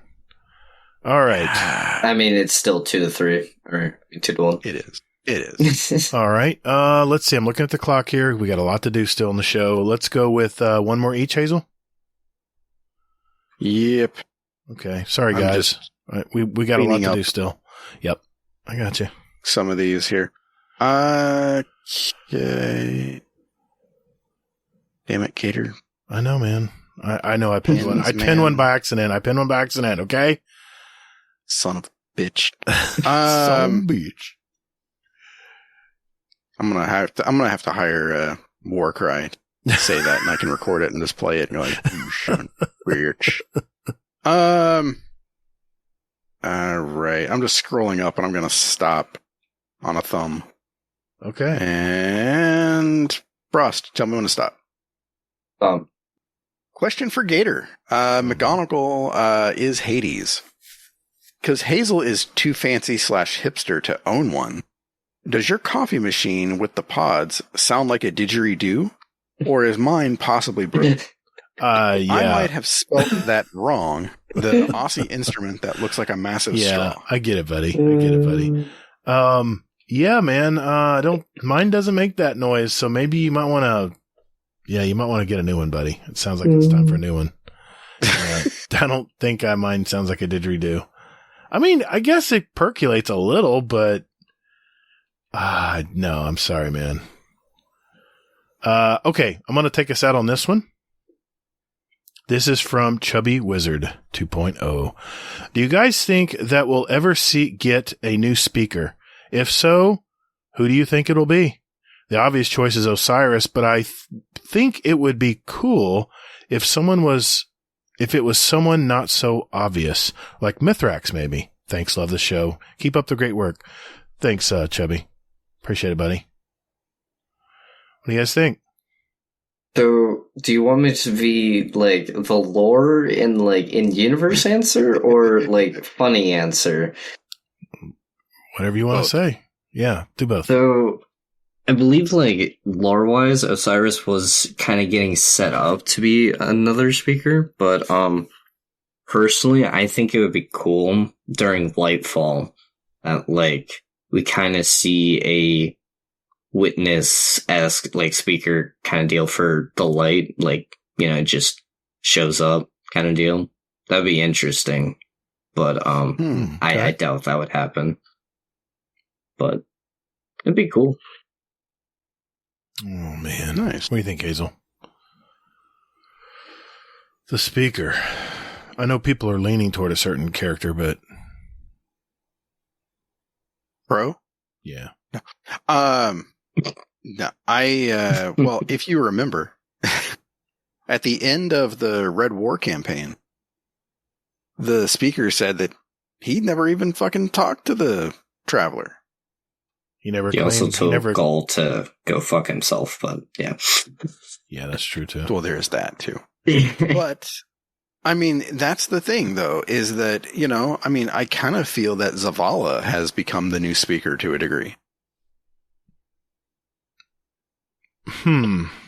Really? You think that? Yeah. I mean, the speaker never talked to anybody, so, Zavala did talk about how he was doubting whether he was talking to a silent god, in one of the story plots of this season. Yeah. I don't know. Could be. Yeah, I'm going to go with you on that one. Damn, did I just say that? I figured as much. That must be the end times. It just seems obvious. I don't know, but I really don't know. I mean, as long as it's not Crow, I'll take anybody else. Oh, fuck off. Yeah. Base, you said Warcry. I figure we'll go out on this. Just running this shit show. Thanks, guys, for sending the questions in tonight. We do appreciate it. All the support you guys have sending in those questions. It's just fantastic. Yes. So thank you for sending them all out to Frosty tonight. And all right, that means it's time for our giveaway and our question of the month segment, and we're going to do that right after this. Delightful! All right, ladies and gentlemen, this is our question of the month, and we had I'm almost beyond words when I was setting this up last night. All of the questions for the month, speak pipes that we got. And we have, this is a record, Hazel. So yeah, let's just get started here. Our question of the month for June was, what character do you play in Destiny and why? What super do you use? Is there a certain configuration or something you like to use? And these are your answers. So we're going to start out the first one with Big Briggs. Here we go. Hey, this is Briggs. Question of the month. The class I run the most is Titan. I'm a Titan main. This is going back to D1 actually, when I first picked up the game, even though I didn't play too much of it. When I read the descriptions, I felt Titan matched me the most in real life, and I like to make all my characters in video games when I can to resemble me. So, that's why I choose to run Titan. For any builds that I run, for PvE, I don't really run too many builds. I just try to run whatever can help my fire team the most. So that's typically Bubble. And I think I run Heart of Inmost Light the most with that. And Thunder Crash with Falling Star. And PvP, I run Thunder Crash religiously with either Syntheseps or Doom Marchers. And I don't know, I just like Titan more than I like the other subclasses, or the other classes, really. Every so often, I'll go on Warlock for PvE and Hunter for PvP, but most of the time, about 99% of the time, I'm playing Titan. Thanks, Big Briggs. We got another one here from Metal Giles. See, I said it right. Wow, finally. Hey guys, Metal Giles here with my answer for the question of the month for June. If you would have asked me before Season of the Haunted, my easy answer would be I main avoid Warlock. It's just so much fun for me. I started in the MMO world playing World of Warcraft and played a mage and had an absolute blast with that. But now that Season of the Haunted is around, I can't find myself getting off my Solar Titan. I am just having so much fun on my Titan. So those are the two classes that I play by far the most. I dabble with my Hunter every now and again, but it'll be interesting to see what happens come Arc, and hopefully things will still be fun and there'll be new fun challenges and exciting things that'll happen when Arc comes. But I still think I would have to say my main would be my Warlock. So thank you guys for all you do. Bye. That's a good man there. Thanks, Metal Giles. All right. I think we're going to take one away, take a void away there. No. All right. Finally, we have one from Golden God. Hey, it's Golden here. I'm in a Warlock since I started playing D1, way back in 2015. I love the class. I picked it because it looked badass, and who doesn't love space magic? My current build is Dawnblade with the Sun Bracers. You get a snap and you get a kill. You get all the grenades. Before that, last season, in the Void season, I used Nezarec Sin and the Fragment of the Old Gods, Child of the Old Gods Fragment. That build worked great with the Devour. Oh, I loved it. But before Witch Queen came out, I used Bottom Tree Dawnblade with the Necrotic Grips. You spread that poison and the flame goes through all the enemies. Saved me in a couple of trials matches right there. Got a team wipe on one. Right before Bungie nerfed it. That is. Thank you, Bungie. Well, thank y'all for having me. Thanks, Golden God. Yeah. What do you guys think? 2 Warlocks and a Titan. Well, all right. A Warlock / Titan. That's awesome. I like Titan. I don't have anything wrong with Titan, but I've always loved mages and stuff whenever I play games in the past, and I agree. I'm like Metal Giles. I didn't play World of Warcraft, but any games like that, I always like spellcasters. In fact, I set up an astrologer in Elden Ring. Very similar. So, what do you guys think? I don't know. I mean, if I could take votes away, I would definitely take them away from the 2 Warlocks, just because I need to play a real class. Do you guys hear that? But, I mean, I guess we can't. So, and I would give an extra one to Briggs. Of course you would. But yeah, no, I get it. But no, those are good reasons. I mean, all around. You know, I still have that Nezarec Sin set up on one of my alt accounts. It's just so good. Even though Solar's really good right now, I still love Voidlock. Voidlocks are awesome. You agree, Frost? So I know, in the Discord, I made a post about mine, so that'll probably come up here eventually. But so Hunter was the first class I did make, but I ended up swapping to Warlock, and I've been maining that. But I actually enjoy Stasis Warlock so much, and I'm sure some people are going to be like, oh, that's not surprising given the name, but actually I'm more excited about Arc 3.0 because I love lightning more than, like, Frozen. So I can't wait to go back to my Chaos Reach days. So I can't wait for that. Chaos Reach is my most anticipated change I'm hoping they make. I hope it's good. I hope it is too. I really do. I love using that super. What? I miss killing people from behind walls.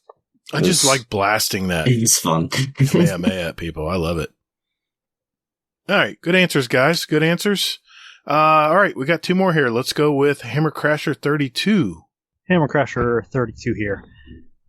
This is my answer for the question of the month of what class do I main? And I wouldn't say I main a class. I would say I am a Titan. I have the other characters, but I do not use them whatsoever. They just don't feel right.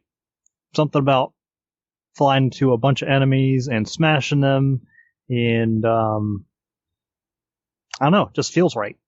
The other classes, they just don't resonate with me, and that's okay. Titan really fits my play style of running there and smashing stuff. And in PvP, nothing feels quite as good as a shoulder charge, especially on Monkey. But yeah, that's where I am. I'm a Titan through and through, and that's what I've played since the beginning. And tried the other classes, they just don't work for me. All right, thanks, Hammer Crasher. Appreciate it, buddy. Here's one from Master Wabbit. Hello, I'm Master Wabbit, and the class that I main in Destiny 2 is the Warlock. I have a hectic schedule in real life, so I really only have a chance to play with one class thoroughly. I save my Titan and Hunter classes for end-of-season stuff or special events, mostly. The subclass that I play the most is Voidwalker. The 3.0 update definitely buffed the class overall, and my particular build heavily invests in Devour and making sure I have it up constantly. It's great for soloing dungeons. Well, some dungeons. Looking at you, Duality. Isn't that the truth? I tried using Voidwalker in Duality, and Solar is definitely the way to go in that dungeon. Wouldn't you agree? I mean, Restoration just kind of feels like a upgraded Devour, so I can see where that sentiment comes from. Yeah. A lot of Titans and Warlocks. I'm surprised considering Hunter is vastly more popular. I'm loving that I'm hearing Voidlocks, because that's my passion, or Voidlocks. Boo. But real question is, are you Nova Bomb or are you Nova Warp? Nova Bomb all the way, and it's Cataclysm. I just want to surround him with Void. Just blow up everything, man.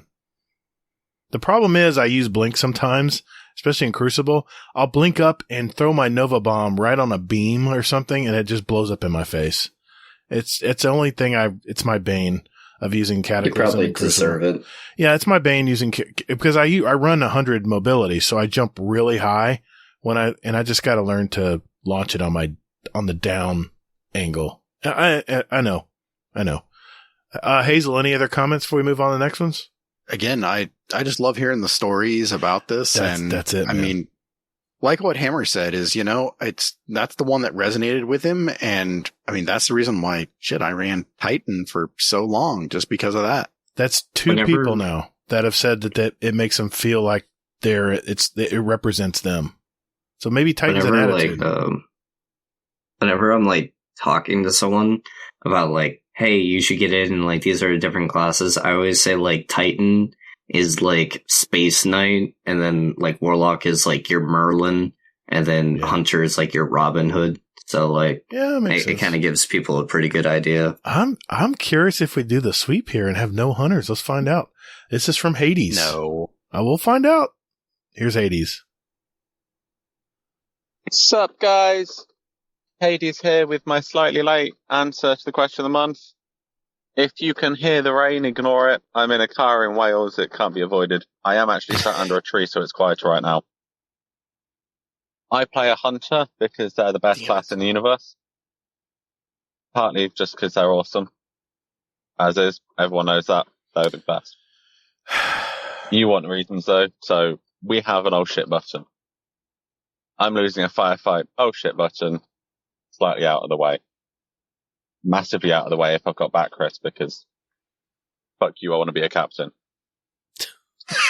We also have cloaks. Everyone knows cloaks look cool. Yes, they are. It's just a fact. I don't care what class you play, cloaks look cool. Especially when they're not glitching on a Sparrow. When they are glitching and you can't see anything and crash into the same wall 3 times, they're less cool, but, you know, that's not Hunter's fault. That's slightly on Bungie. That being said, fashion game is the true end game. So therefore, if I have a cloak that looks better than everything else, I win. Even if I don't do much of the other fashion side of it. Subclass supers wise, I get to be a cowboy. I can throw knives at people's face, which is cool. But yeah, I have a 6-shot cowboy gun. Come on. Set people on fire, blow things up, get more rounds, kill more things. They win. Love you all. Have a good one, and just for good luck, hashtag Team Hades. Oh my God. All right. We'll keep it going here. We have a lot to do here. This is Rocker Dude. What is up, guys? Rocker Dude here. I have my good microphone on. Hopefully it shows it's not too loud. If it is, feel free to turn me down. I'm here to answer your question of the month. Why is Hunter the best and why do I main it? Question's easy. It's actually in your answer. I main it because it's the best. And that's it. Now, why is it the best? I think it's got the best jump. It's the more natural jump. I don't know why people hate on it. If you go outside and do a jump, you're going to jump like a hunter. You're not going to floof around like a warlock, and you're not going to propel yourself forward like a titan. So I don't know why people struggle with it. Do people struggle with jumping in real life? It's just an anomaly. It's weird. Why else do I like the hunter? Fashion, cloak. Having a cloak is always nice. They do have some good fashion. I think the Warlock and Titan do too, though, so I wouldn't, that's not really a huge deal. I think mainly if you're a lone wolf, which I tend to be a lot, even though I'm in a clan, even a previous clan with Dad Tells, I felt like I played solo a lot. I think sometimes I'm just limited on time, and I'm one of those people that has to maximize their playtime. So what bounties do I need? Which challenges can I multitask on where doing one activity is going to get multiples done, that kind of stuff. And have a lot of friends, and if this is you, no shade on you, but a lot of friends that have to change their loadouts a lot.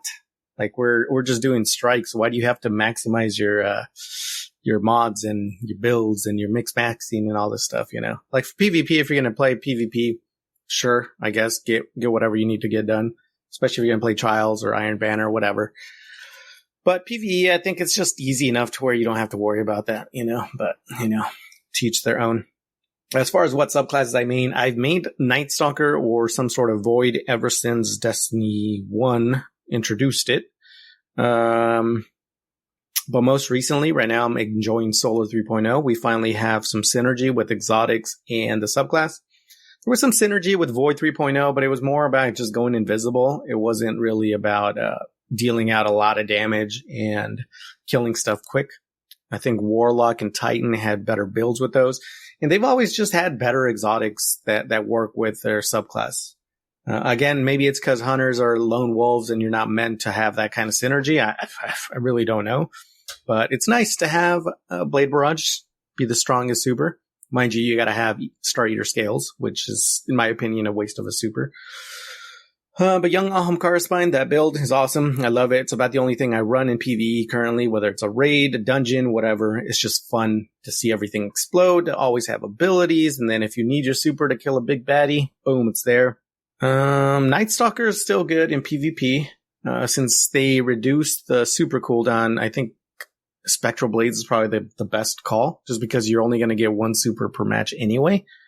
Unless you're playing sixes, actually. If you're playing Clash, you're likely to get 2. I have gotten 2, sometimes 3, just because it freaking always goes the time limit. It takes too long to kill everything. But yeah, Arc. Arc is always fun, by the way. That's super. The freaking pole dancer, they call it. freaking force push is just too good. I love that thing. I can't wait. Honestly, cannot wait for next season, see what they do with it. Because it's just fun. Twirling your baton, just spinning around, just dodging everywhere, and then doing the force push. It's one of those fantasies, kind of like Dragon Ball Z, being able to Kamehameha with the Chaos Reach, that kind of stuff. It's just really cool. But yeah, I guess that's why I love Huntress. My Huntress, it just always feels familiar, feels easier to use. I like the mobility more than anything, being able to dodge around a corner if I'm, struggling or taking damage. If I need to go invis, I guess, if I want to blow stuff up, super kill, you can have roaming super, you can do a one-shot shutdown. A lot of stuff you can do with the Hunter. I do think they get a little bit of the short end of the stick, but I think that goes with any class you play. You think the other classes are better than yours or getting better treatment. But yeah, I don't think we have that much exotic synergy with stuff this season. Yeah, but it's like one or two. Where it seems like Warlock and Titan always have the other. So maybe that's the other reason I like Titan or Hunter. Because I feel like we got to do more with less, which makes us the best, So anyways, hopefully that answered your question. Thanks so much for including this. If you do include it, keep up the great work. I've enjoyed the episodes, even though they're 3 hours long, but it makes work go by a little bit quicker. So with that said, keep up the great work. Much love to you guys, and have a good bye. Thanks, Rocker Dude. Hope you're doing well, buddy. Nice. I'm pretty sure Gator doesn't know what a Kamehameha is. Pretty much. I doubt it. Does that have to do with anime? Yes. Yeah, I don't know. Because we know how much you love No. anime. I remember Dragon Ball Z. I remember him launching that. Got it so long ago, man. Just so long ago since I've watched a Dragon Ball Z cartoon. Anyway. Sure. Yeah, like all your life. You know what I like about Rocker Dude's answer is people who maybe don't play the game as much, they just got a really quick education on Hunter. That was a great answer, Rocker Dude. Yeah. And I guess I spoke too early about the Hunter thing. Hades and Rocker Dude both really like Hunters. All right. I get the fashion game, Hades. I get it. I understand where you're coming from there. And I'll admit, my Hunter is the sexiest of all the three. He always looks badass. And it's okay if they have their opinion, even if it's wrong, but it's okay. Maybe. But yeah, it was a great explanation, though. It was a great explanation for both of them. Anything you want to say before we move on to the next one, Hazel? No, I agree with them, and I think that we need less Hunter or less Warlocks, so I like it. Well, that's not going to happen. All right, come on, Miner, I'm pulling for you, man. Let's go, Warlock. Team Warlock, come on, let's go. Just a Miner answering the question of the month. Honestly, play all three characters evenly. I love all three characters evenly. If we're going by how much time I put in, my Hunter easily has the trophy by double than how much time I played. Thanks for everything you guys do. Gamer tags Mr. Miner 17. Hashtag 1717. Yes, I was just as surprised as you were when I got that. No, I didn't pay Bungie for it. Later, y'all. Nice. All right. I'm striking out on the Hunters here. Thanks, Miner. Appreciate that, buddy. Yeah, I mean, I don't know what to say about Hunters. I mean, like I said, they look good. I'll give them that. But I have a feeling Carpal leader here. He's on pull a Warlock. Here we go. Hey guys, Carpal leader here. And I'm here to answer the question of the month for June. So my answer is Warlocks, of course. Yes. I mean, come on. Cheat codes? Why not? Just kidding. Sorry, Gator. What? Warlocks suck in my opinion. I absolutely hate their jump. I main a Hunter, and usually Solar. And, yeah, I don't think I really have any builds, per se. I just kind of go with the flow of the game. I really should get into some builds, but oh well. So, yeah, I fell in love with Hunter when I started playing back in just before Taken King, and it just kind of stuck. I tried everything else, and I just couldn't go back. Payback's a bitch, Carpal leader. Payback's a bitch. Can't believe you just got dude, I got destroyed. totally baited. Good on you though. He knew I'd be cheering. All right. We have one here from one of our newer members. This is World Dreamer. Curious to see what he has to say. Hello, this is World Dreamer 11. I'm fairly new to the community, and I'd like to answer the question of the month. If you would ask this question a long time ago, I would have chosen a hunter in Destiny 1. My two friends were the Warlock and the Titan, so we all had one of each and we played every night. But that was back in high school, and I had the little emo fringe haircut, so I wanted my hunter to have that. It was a weird fringe with the bowl cut kind of combination, and it didn't look good.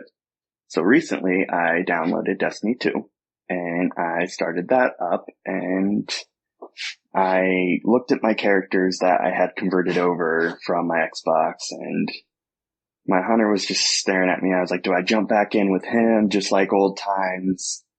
And I just seen that haircut and I'm like, that's just not working for me anymore. So I ended up going with the Warlock. Yes. It was an XO, and I've just been playing with that ever since. As for a build, I have not figured any of that out yet. I'm still trying to get my grip on Destiny again and figure everything out. And that's my answer. Thank you. Thanks, World Dreamer. Thanks for sending it in, man. We appreciate that. I'll help you out with some builds, dude. You need some help with builds. I'll send you some info, buddy. Thanks for that. Can give you an infinite Sunbracer build if you want. I got a ton of Solar and Void. I've got a ton of good stuff. I've done a lot of research in that area. So, all right.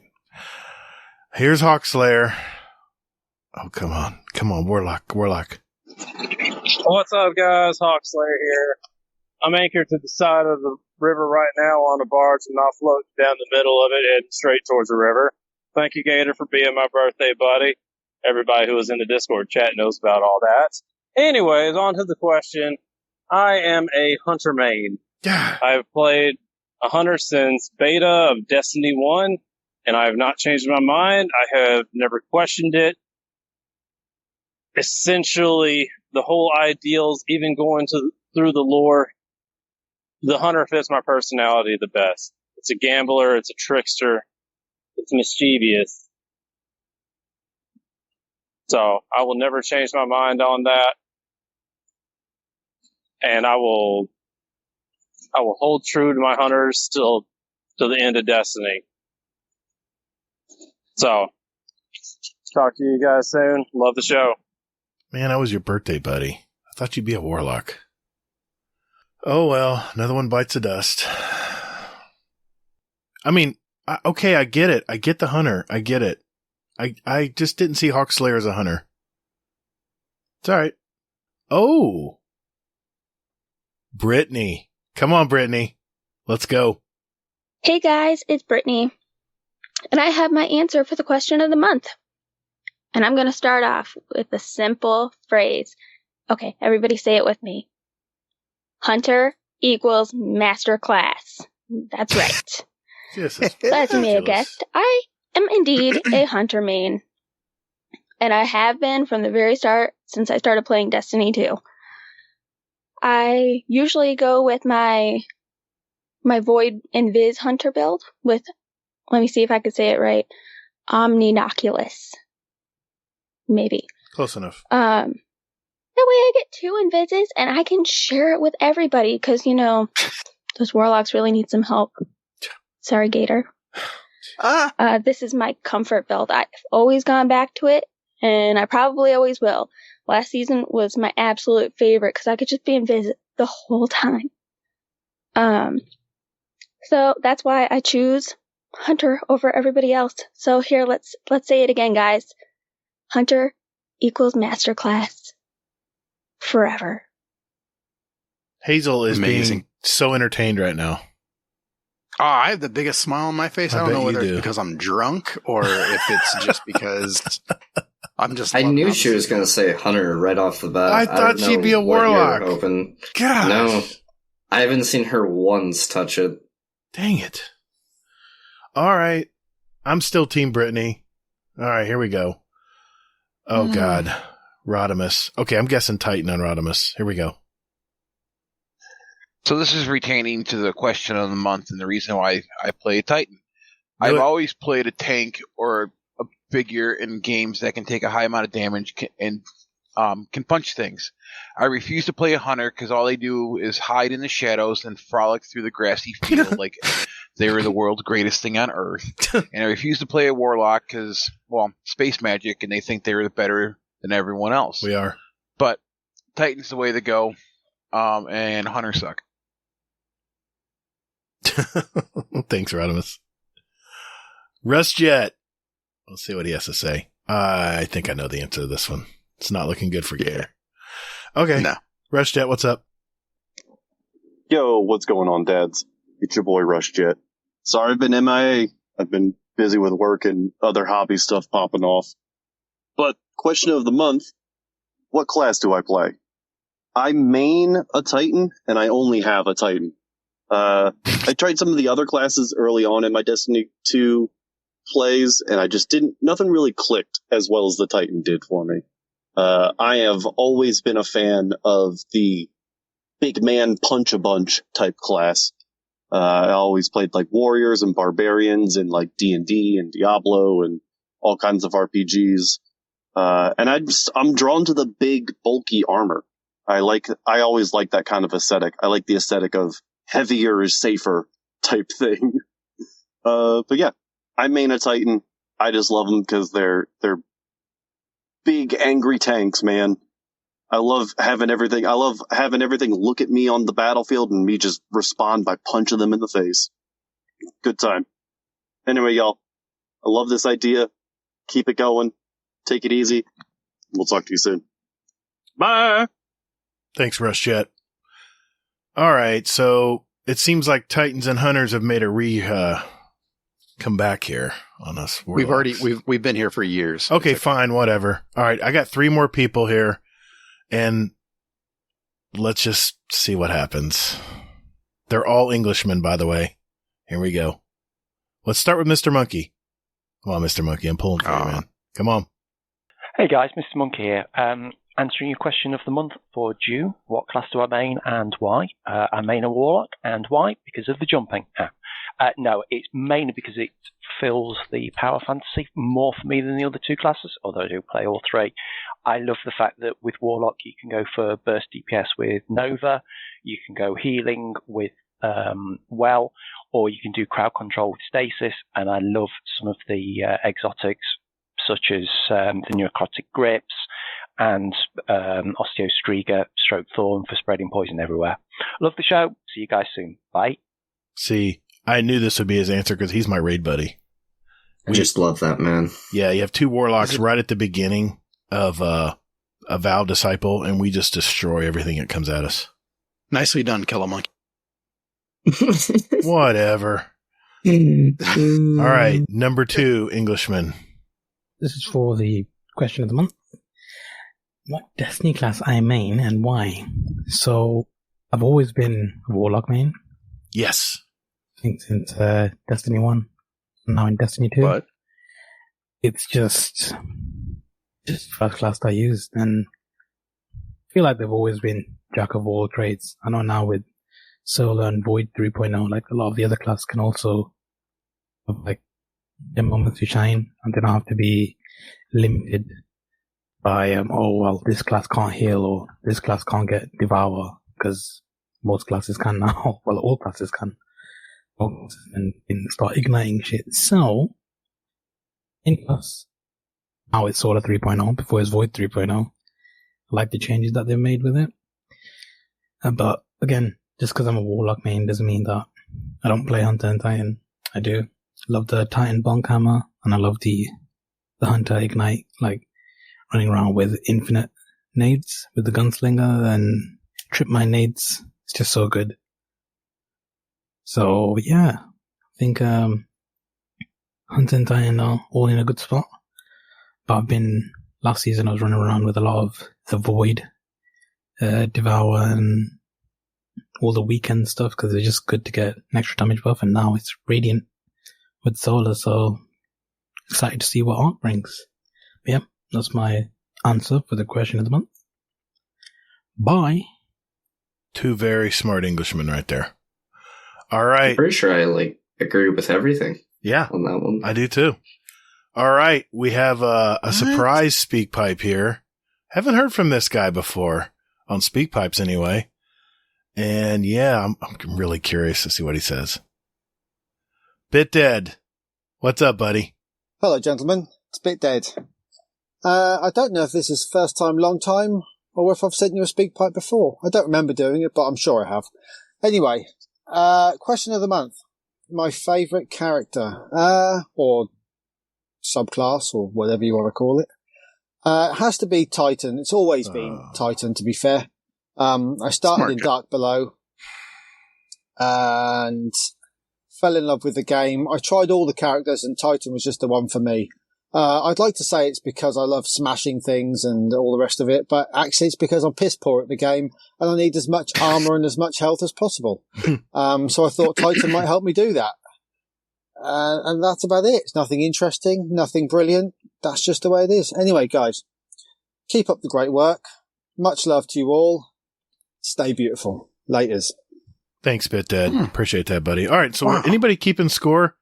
Who's ahead? I'd say Titans are ahead by just a share, wouldn't you think? Is anybody keeping score? Titans and Hunter. Definitely. No, there's a lot of Warlocks in there, too. Was I supposed to be keeping score? No, it's okay, man. It's all right. It's late. All right, thank you, gentlemen and ladies. Thank you for sending those in. And it's drawing time, guys. So here's what we're going to do to make it the most fair way of doing it. On my notes for the show, I have numbered everyone that has put in an entry.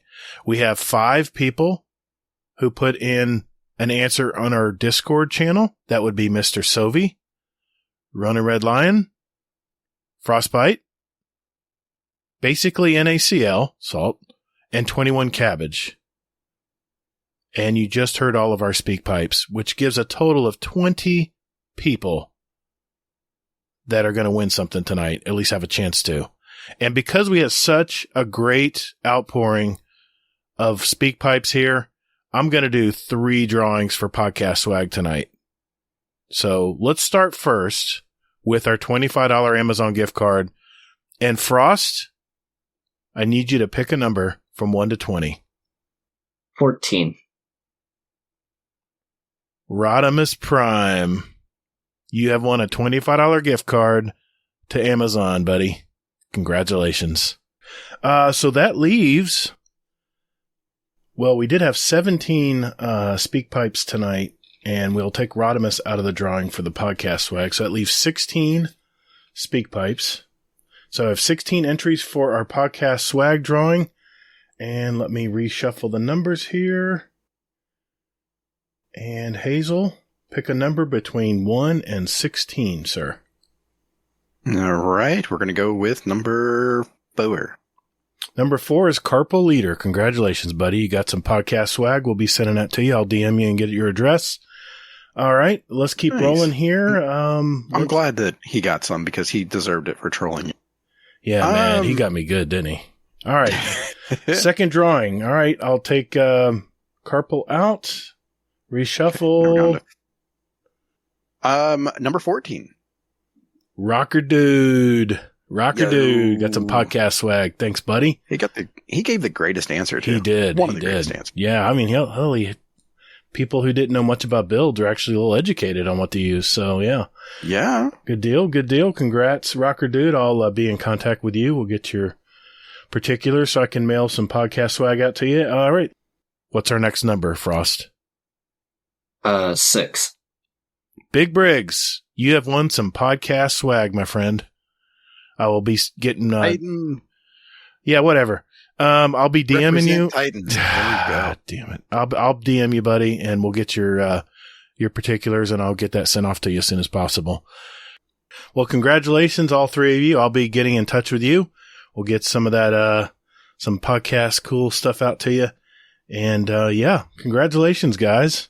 Congratulations. Another great drawing. Man, what a turnout tonight. I'm so pumped. All right. That means we have a question for this month for July. And I got a doozy for July. Since we're going into the new season, this is what I came up with. It's a question that's actually been asked from one of our community members before as a question for the show. And the question is, if Bungie assigned you a small team of developers to improve one thing in Destiny 2, what would you do with this small team? What one thing would you focus on? Maybe even what new game type or activity would you add? It's wide open. So let us know. We'll need these answers by Thursday, July 28th. And on episode 158, Hazel and I will read and play your answers to the question of the month, randomly draw a name, and award another $25 Amazon gift card. And I have to give thanks here to our Patreon community for making this happen. This all comes from our Patreon funds. And I'm happy to do it every month. It's a lot of fun. I'm just curious to see what answers we get. And by the way, again, mention your gamer tag so we know who you are. And again, you can visit speakpipe.com/GuardianDownCast. You know what? Hit the link in the show description right down there, and you can send us in the SpeakPipe or our question of the month channel in our Discord. And again, if you want to join our Discord, the link is in our show description as well. So join our community. It's a lot of fun. Remember, everyone will get an equal shot for the Amazon gift card, but only our SpeakPipe answers will get at least 2 more chances for some podcast loot. So good luck. All right. Thank you all very much. That was a lot of fun, and I was just blown away by all the answers we got tonight. And let's move on to our last segment, and Elmer Fudd, take it away, buddy. Guardian Downcast. Guardian Downcast. Yeah. Guardian Downcast. This is an intro. Guardian Downcast. Guardian. Not copyright. Guardian Downcast. Thank you, Mr. Fudd. Hope you're doing well, buddy. We'll see you soon. This is the final segment of our show. This is where it's where we pick our song for our Guardian Downcast show playlist. It's on Spotify and on iTunes. We have both links in our show description. This is a kind of a musical history of our show when we started back in July of 2019. And actually, we will be celebrating our 3rd year anniversary coming up very soon. We'll have more information on that. We now have 1,028 songs representing all of us and all of our past guests. And I'm going to start with you, Frost. What song did you add tonight for our Guardian Downcast show playlist? So the song I added tonight is Take What You Want, featuring Ozzy Osbourne by Post Malone. And I just tried to find something that I think speaks a lot about me. And so this is kind of something I came up with. So that's why I submitted it. I like Post Malone. I'm not a real big rap fan, but I like his music. He's very soulful. Stuff has been pretty good. Yeah. So. Yeah. His new album is, I'm trying to remember what the name of his new album was. Anyway, it's late. Yeah. I'm fading. I'm fading too. Hazel, what'd you pick tonight? I'm not fading. I know you're not. I'm drunk. You're drunk. What did you pick tonight, Hazel? So it's story time with Hazel. So I didn't write this song, or I didn't put the song in our show notes because I have a story. Okay. So I was going out with the family, and there's a liquor store that we typically go to, and it's run by 3 Arab Americans, and it was kind of enlightening to me because they were playing country music, and they were all 3 singing country music. And nice. I'm like, wow. I was like, this is so cool. And the song they were singing was this song that I'm going to add here. It's Eyes on You by Chase Rice. That's pretty cool. It was. I was just like, this is so cool. So. All right. We don't have enough country in our, there's a lot of country fans out there. All right. I'll finish up tonight. The song I chose tonight, they're from an Italian band. They formed in 2016 in Rome, Italy. It's a 4-piece band. They won the Eurovision Song Contest in 2021, and their sound's all over the place. They start from pop rock songs to hard rock, even including glam and funk rock. It's just all over. It's really cool. It's a neat sound. All I know, it's very fresh, and I think you guys will like it. It's The song actually is from their 2017 album Chosen, and the band is Måneskin. I want to say Måneskin, but I actually looked at the pronunciation. It's Danish for moonlight. It's a cool sound. Check it out. Well, boys, that is it. Another episode in our collection. We have a few announcements here before we head out and say goodbye. Hazel, is there anything you wanted to mention? We have scrims listed out based off of the survey that I sent out. So scrims are basically on Mondays, Saturdays, Fridays on occasion. They're just all over the place.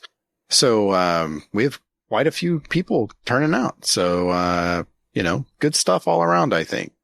So it'll be interesting to see, who shows up and everything along those lines. See if Gator is as afraid of Monkey as I'm not, afraid of Monkey. I've played with him in Crucible. He's a good player. Okay, admitting your fears is the first step. I'm sure you can do it.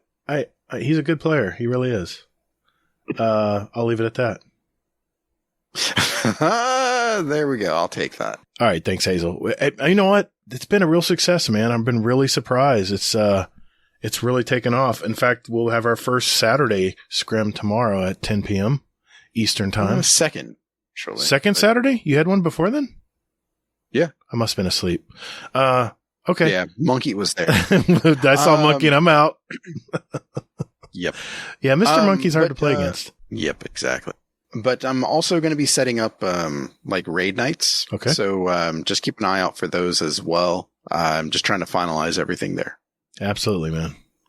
Well, I appreciate you doing that because there's just a lot of stuff that goes into making a podcast. So, and speaking of that, I want to give our Patreon shout outs.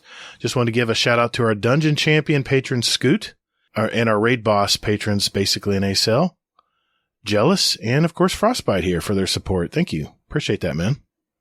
You're welcome. Thank you all. Quick thank you to all our Patreon members out there. You know who you are. Like I said, the support goes right back into the things we did tonight, like our bonus giveaways. All that podcast swag, that was from you guys. So thank you for that. And, it just takes a little bit of the weight off our backs so we can just make content. Just makes it really nice. So. Plus you get to annoy you a bit more. Of course. In a private channel. So, yep. Yeah. So. Feet pics. No, feet pics, please. Yes. No. So if you want to support our little show, you can go to patreon.com/support Guardian Downcast. And like I said, as we say every week, you can join less than you joined a subscription to Twitch or YouTube. It's less than that. And you get some cool benefits. You get to see all of our bonus content. We put out at least 1 or 2 bonus episodes every month just to our patrons. They have a special RSS link, so it goes right to their podcast app of choice when we release stuff to our patron members. So it's really cool. And of course, the private channel, no feed pics, please. And, yeah. And RNG Gator's still in there, so you can, you can harass him all you want. So yeah, I'll keep an eye on him. He won't ban you, I swear. I'm going to be honest, being on Patreon, whatever, you guys do put out some pretty cool stuff that we get exclusively. So thanks, man. There's definitely some good content in there other than obviously these podcasts, which are also amazing. Thanks. Well, you're not paid to say that at all. No, not at all. No. No. I'll Venmo you later, man. I'll take my check later. Yeah. Shh. No, you know what? You guys go out of your way to support us. I'm going to go out of my way to produce some extra content for you guys. Hazel and I both. And we, so we try to help our patrons out, and it's a nice family in there, man. I like it. It's like our, what do you call them? Super listeners? I don't know what you call it, but I love it. Oh, God, just stop. I am stopping. I'm fading, man. It's getting worse. I'm fading. We did release our latest project that Hazel and I are working on, and hope you guys got a good sneak peek at that. We've gotten some good feedback on that, and we will announce something soon. And that is it. I'm done. Put a fork in me. I am done. That's a wrap, guys. Another episode in our collection. For listeners out there, we have 153 other episodes with interviews from gamers all over our community. So please take a look at those, especially if you're just finding out about us. And if you like what you hear tonight, We're not a very well-known Destiny podcast out there. We have a very tight-knit community, though, and we want you guys to be a part of it as well.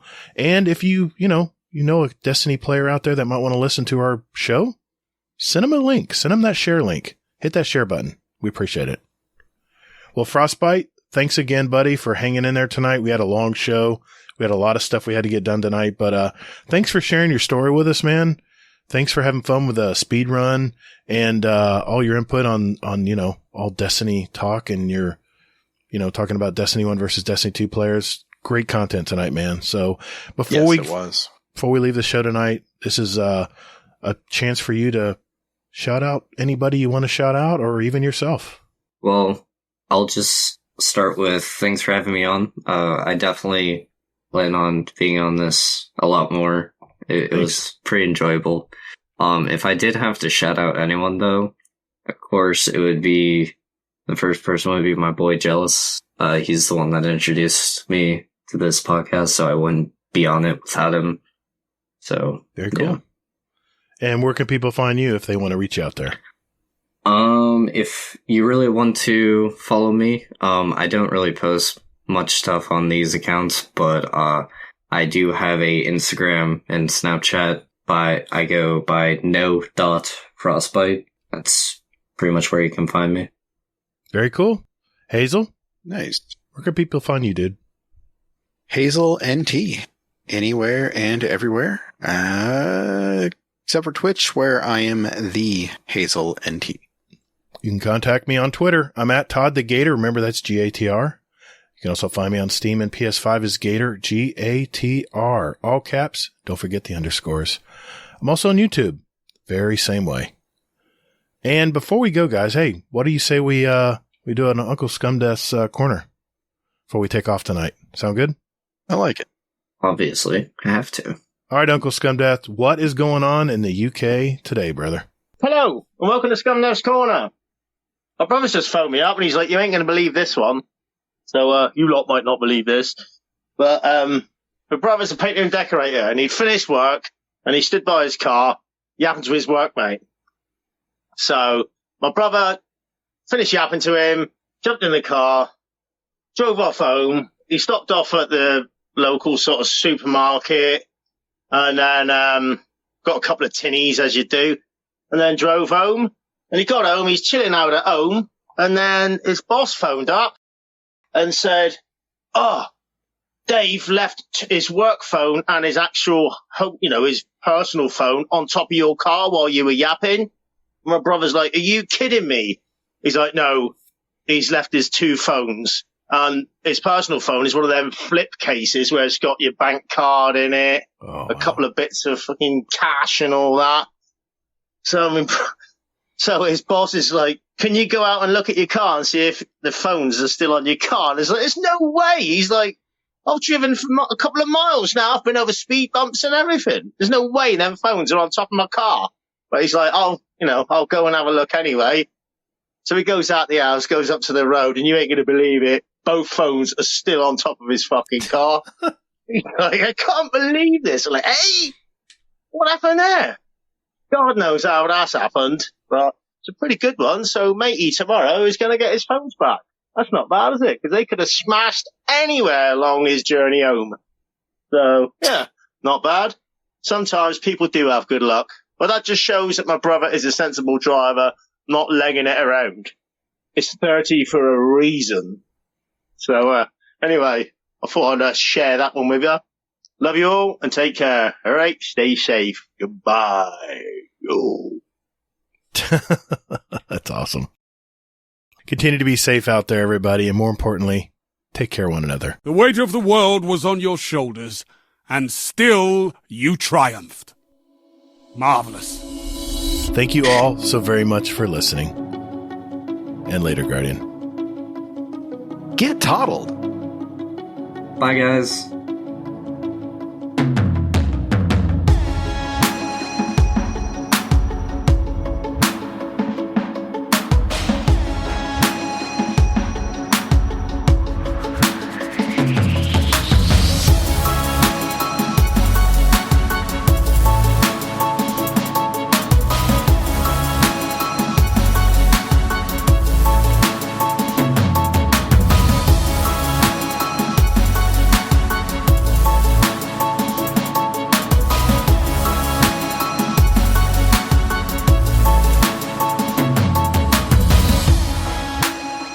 GCX, we're gonna have to come in down and see you. Yeah, I've been wanting to meet. I mean, it's kind of post COVID now, so I think I think it was a little early to go to a big conference. Everyone I've talked to has gone to a concert or a conference or whatever has come back with COVID. So I'm like, you know what? I think I'll wait one more year. But yeah, I'd like to do GCX next year. I know Hazel was planning on doing it. He actually got tickets and the airfare for his birthday, but then good old COVID clicked in. I didn't even know about it until like you mentioned, like, hey, I'm going to GCX next week, and I'm like, what? I mean, I live 30 minutes away from GCX, so you know, what's my excuse? I don't think I'm ready to be around big crowds yet. I mean, I go to movie theaters and restaurants, but I'm talking big crowds, like hundreds of people in one room. I'm not ready for that yet. But yeah, I'm trying to decide whether to grow a goatee because the goatee looks good on me. It's like a combination of brown and gray hair. It's a nice mix. I don't know. I don't think anybody ever says that a goatee looks good. I like goatees. I mean, it depends. I don't like some people. I don't like beards. It looks good on them. I don't like full beards. I just don't like. No. The only people who wear beards in Florida are people who work indoors. If you work outside, it's really hard to have a beard. There's a few out there, but it is tough to have a beard in Florida. If I don't like shave, and within like 2 days, I grow out a beard. It takes me about exactly. I can get a stubble beard in a week. 2 weeks, I can have a nice, good base, goatee. But anyway.